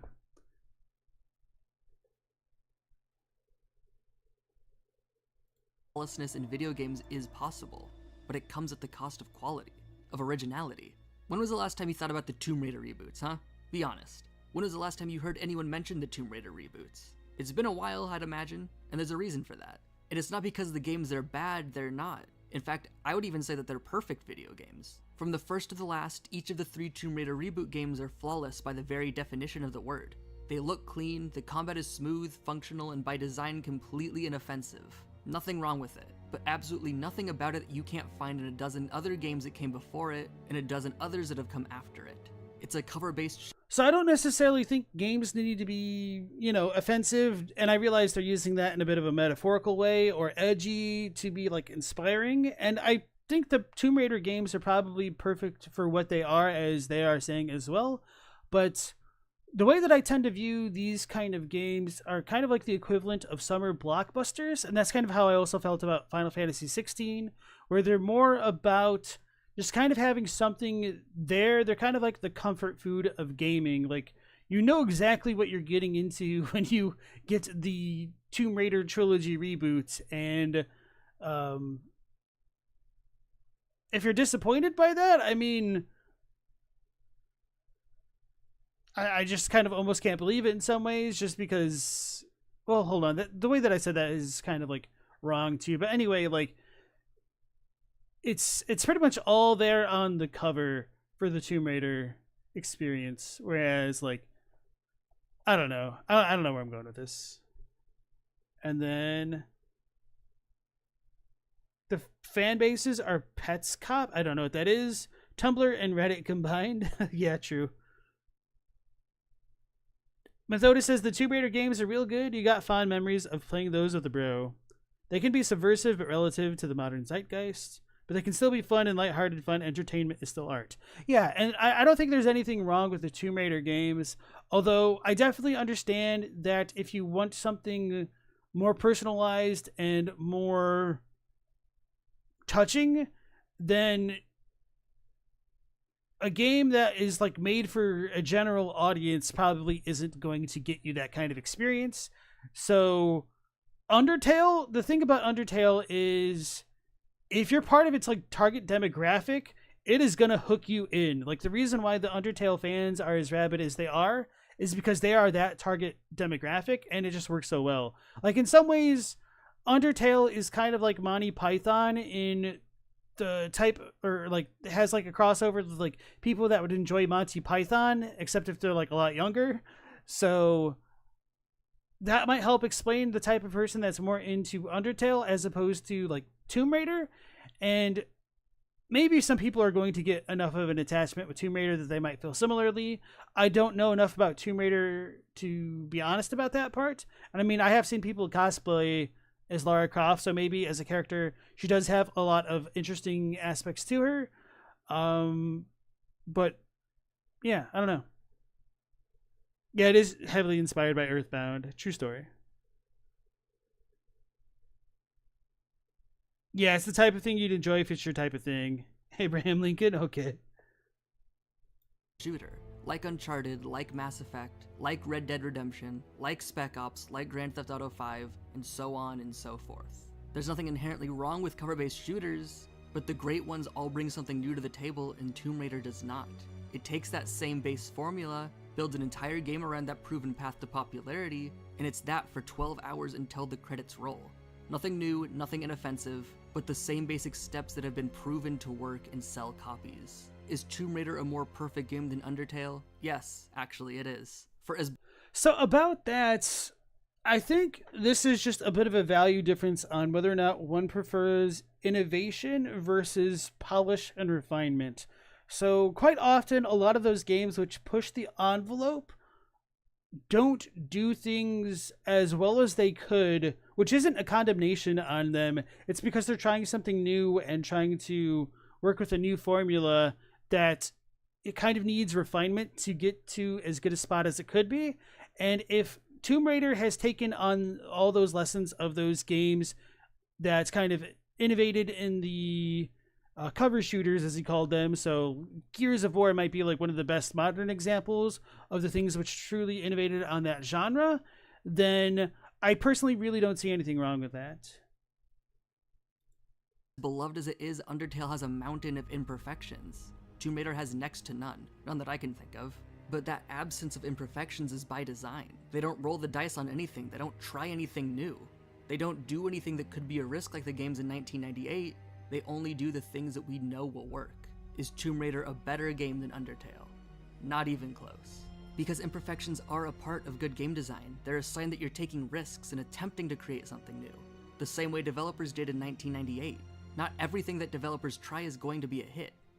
So, I feel like I understand what they're trying to say, but the argument that they're presenting is not as good as it could have been, because they're talking from points that are too abstract between like perfect versus imperfect, and they're trying to imply that imperfect is better than perfect, which is a bit of an oxymoron, and this is more of a value statement than anything more objective. And of course, there is no obligation for this video to be objective in any sense of the word. This is somebody's video on their own YouTube channel, so it's most obviously a representation of their opinion to some level. But, you know, just being a pedant that I am, I will kind of address these things as I see them. And then Dylan thinks that sometimes capitalism has a way of conditioning an irrational attachment to novelty, even if novelty does have genuine value. And then Vord thinks about games like they do about genres of music, like metal and other ones in the 90s and 1000s. There are more boundaries to push when it was done for the first time. True story. He's starting to just sound defensive. I think that they were just struggling to figure out how to articulate their point. But yeah, I kind of see what you mean about sounding defensive. They're trying to create a completely unique experience that tries something new. It has to come with that expectation. So yeah, the argument that new is better because it's new is a little bit unsubstantiated when we reduce it this far. Not everything is going to hold up. But imperfections are not a sign of a bad game, they're a sign of a badge of honor. Because at least an imperfection stands evidence that an effort was made to push the envelope. Many of the most influential games ever made are layered in flaws, but they have more than enough positives to make up for it. The formula for how to create a video game that sells is out there, and hundreds of development teams have followed it and continue to do so. Breath of the Wild might have been a risk by the time it came out, but the dozens of Breath of the Wild ripoffs that came after it are known quantities. The sad thing is that there's no real artistry in following a recipe. There's no way that going by the book is going to create a memorable experience. At least not in the way that some of the games that do push the envelope do. But in 2023 that does. And obviously a lot of that stuff is more of their personal values, and I feel like the objective language kind of belies the fact that despite all of this person's opinions, Madden has outsold these games, you know? So that might be worth stewing on a bit more. Vorb says novelty versus enjoying things that bring you comfort and familiarity drives you crazy all the time. Yeah, exactly. Like when people pick up Madden, they don't want their characters to all of a sudden have like rocket boots on or jetpacks, because then it's no longer Madden. There is value in sticking to form at times, and innovation isn't always a good thing. And just trying to think of like a good example of a game that innovated and it didn't do as well as it could have as a byproduct of that, which is maybe that's a little bit of putting the cart before the horse, because we could always say that certain games aren't good games and not necessarily pin it down to innovation specifically, because a lot of it is just execution rather than innovation, and that's kind of like a big difference. It's maddening. Oh, I see what you did there. And then Dylan says, we're in a culture moment which is producing little new things in any media of art. You're not convinced there aren't boundaries and not just a lack of will to push them. So that just depends on what you mean by new, and by that I think you mean novel, because we're in a time where we're producing more art than has ever existed in the history of mankind. And we're producing so much art now that you couldn't consume it all, even if you had 1,000 lifetimes to live, constantly just looking at art and movies and things like that and books. So it's I don't know what to make of all this. Doesn't really matter. It's going to sell so long as there's nothing glaringly wrong with it. This isn't a slam dunk. And so just to like build up on the point of new versus novel, there is an end to novelty, and after a point, if all you're pursuing is novelty, you're just going to get into a realm that's so abstract that it's probably going to end up seeming really detached from reality, which may or may not be a good or a bad thing, depending on things. So, of course, there's a limit to novelty to an extent, because once you've experienced something, you get to compare that experience to all other previous experiences, and it's a lot harder to create something than it is to deconstruct or even destroy things. No real artistry in following a recipe. There's no way that going by the book is going to create a memorable experience. At least not in the way that some of the games that do push the envelope do. But in 2023, that doesn't really matter. It's ripoffs that came after it are known quantities. The sad thing is that there's no real artistry in following a recipe. There's no way that going by the book is going to create a memorable experience. Okay, going by the book. I thought he said reading a book. I was like, what the hell? Whoops. At least not in the way that some of the games that do push the envelope do. But in 2023, that doesn't really matter. It's going to sell so long as there's nothing glaringly wrong with it. This isn't a slam dunk all over the Tomb Raider reboots. I played all 3 of them and enjoyed my time with most of them. There's a time and place for games that don't push the envelope, but I don't think it's fair to hold those games in the same regard as the ones that do. The games that create a legacy have battle scars to prove their excellence. Because for every one thing that doesn't work about Undertale, there are 10 more things that the game knocks out of the park. Maybe the game is a little mechanically light, but it makes up for it with a cast of characters that feel carefully crafted to fit perfectly with the tone of the game, while somehow still standing out in their own unique and endearing way. Behind every wall and behind every corner is likely a dialogue exchange that's going to make you smile, slowly investing you in the world and making you feel the intensity of the inevitable clash with Asgore, and the emotional weight of the fights that come after it. The elements of Undertale that don't work have to be a part of the game. Not every new thing you try is going to be a hit, but it's worth the effort for the things that are hits. It's worth it to try new things, even if that means... And so another thing that's worth considering is whatever is considered a hit versus a miss is quite often very dependent upon the individual. It's not as though everybody laughs at the same jokes. And so in a game like Undertale that is especially reliant on its humor in its presentation, then it's kind of stretched to say like what does and doesn't hit at times, because I think it just comes down to taste and personal preference. Means abandoning the chase for perfection, because once again, perfection is so overrated. Grim Fandango and Metal Gear, but the dozens of Breath of the Wild rip-offs, it's worth it to try, because it's worth it to try, even if that means abandoning it popular all when they were admittedly, jeez. I feel that. So anyway, I'm not sure if I want to like it, because, I mean, on one hand, I do like it. I enjoyed the discussions that we had as a byproduct of it. The ending kind of annoyed me, but it really wasn't that bad. I think they just kind of stumbled on their words and could have articulated things better, which isn't the worst thing in the world. But yeah, this is actually a much smaller channel than I was expecting based off of the quality of editing. So I think it was a very well-produced video, all things considered. So I'm just going to go ahead and give them a like, because it's kind of fun to look at stuff like this. Will I be playing Metal Gear Solid Delta on stream? Absolutely not. I have like very extremely little interest in the Metal Gear Solid games. They're too hammy for me. And also, like, I'm not really interested in stealth games, I guess. Well, it's kind of ironic that I say that, because when I play a game like Oblivion or Skyrim, I inadvertently end up doing a stealth, almost Metroid Prime kind of playthrough. And I guess at this point, Metal Gear Solid games aren't exactly stealthy games. Anyway, it's a Kojima game. What can you say? Dylan enjoys Metal Gear Solid 5 a lot, though you understand what I mean too. Yeah. I feel like that would be like that series would need to be something that I should have gotten into a long time ago if I wanted to get into a new game, but I can't.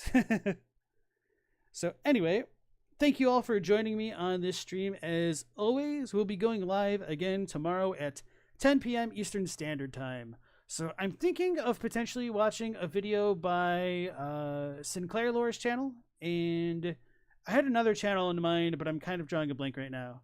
So we'll see what I queue up. Oh yeah, we also have the one that we didn't get to tonight with Occam's Onion. So maybe that one, and maybe one by Sinclair Lore. But all right, everybody, that'll be it for tonight. Hopefully we'll catch you on the next one. So until then, take care, stay safe. Last Protagonist out.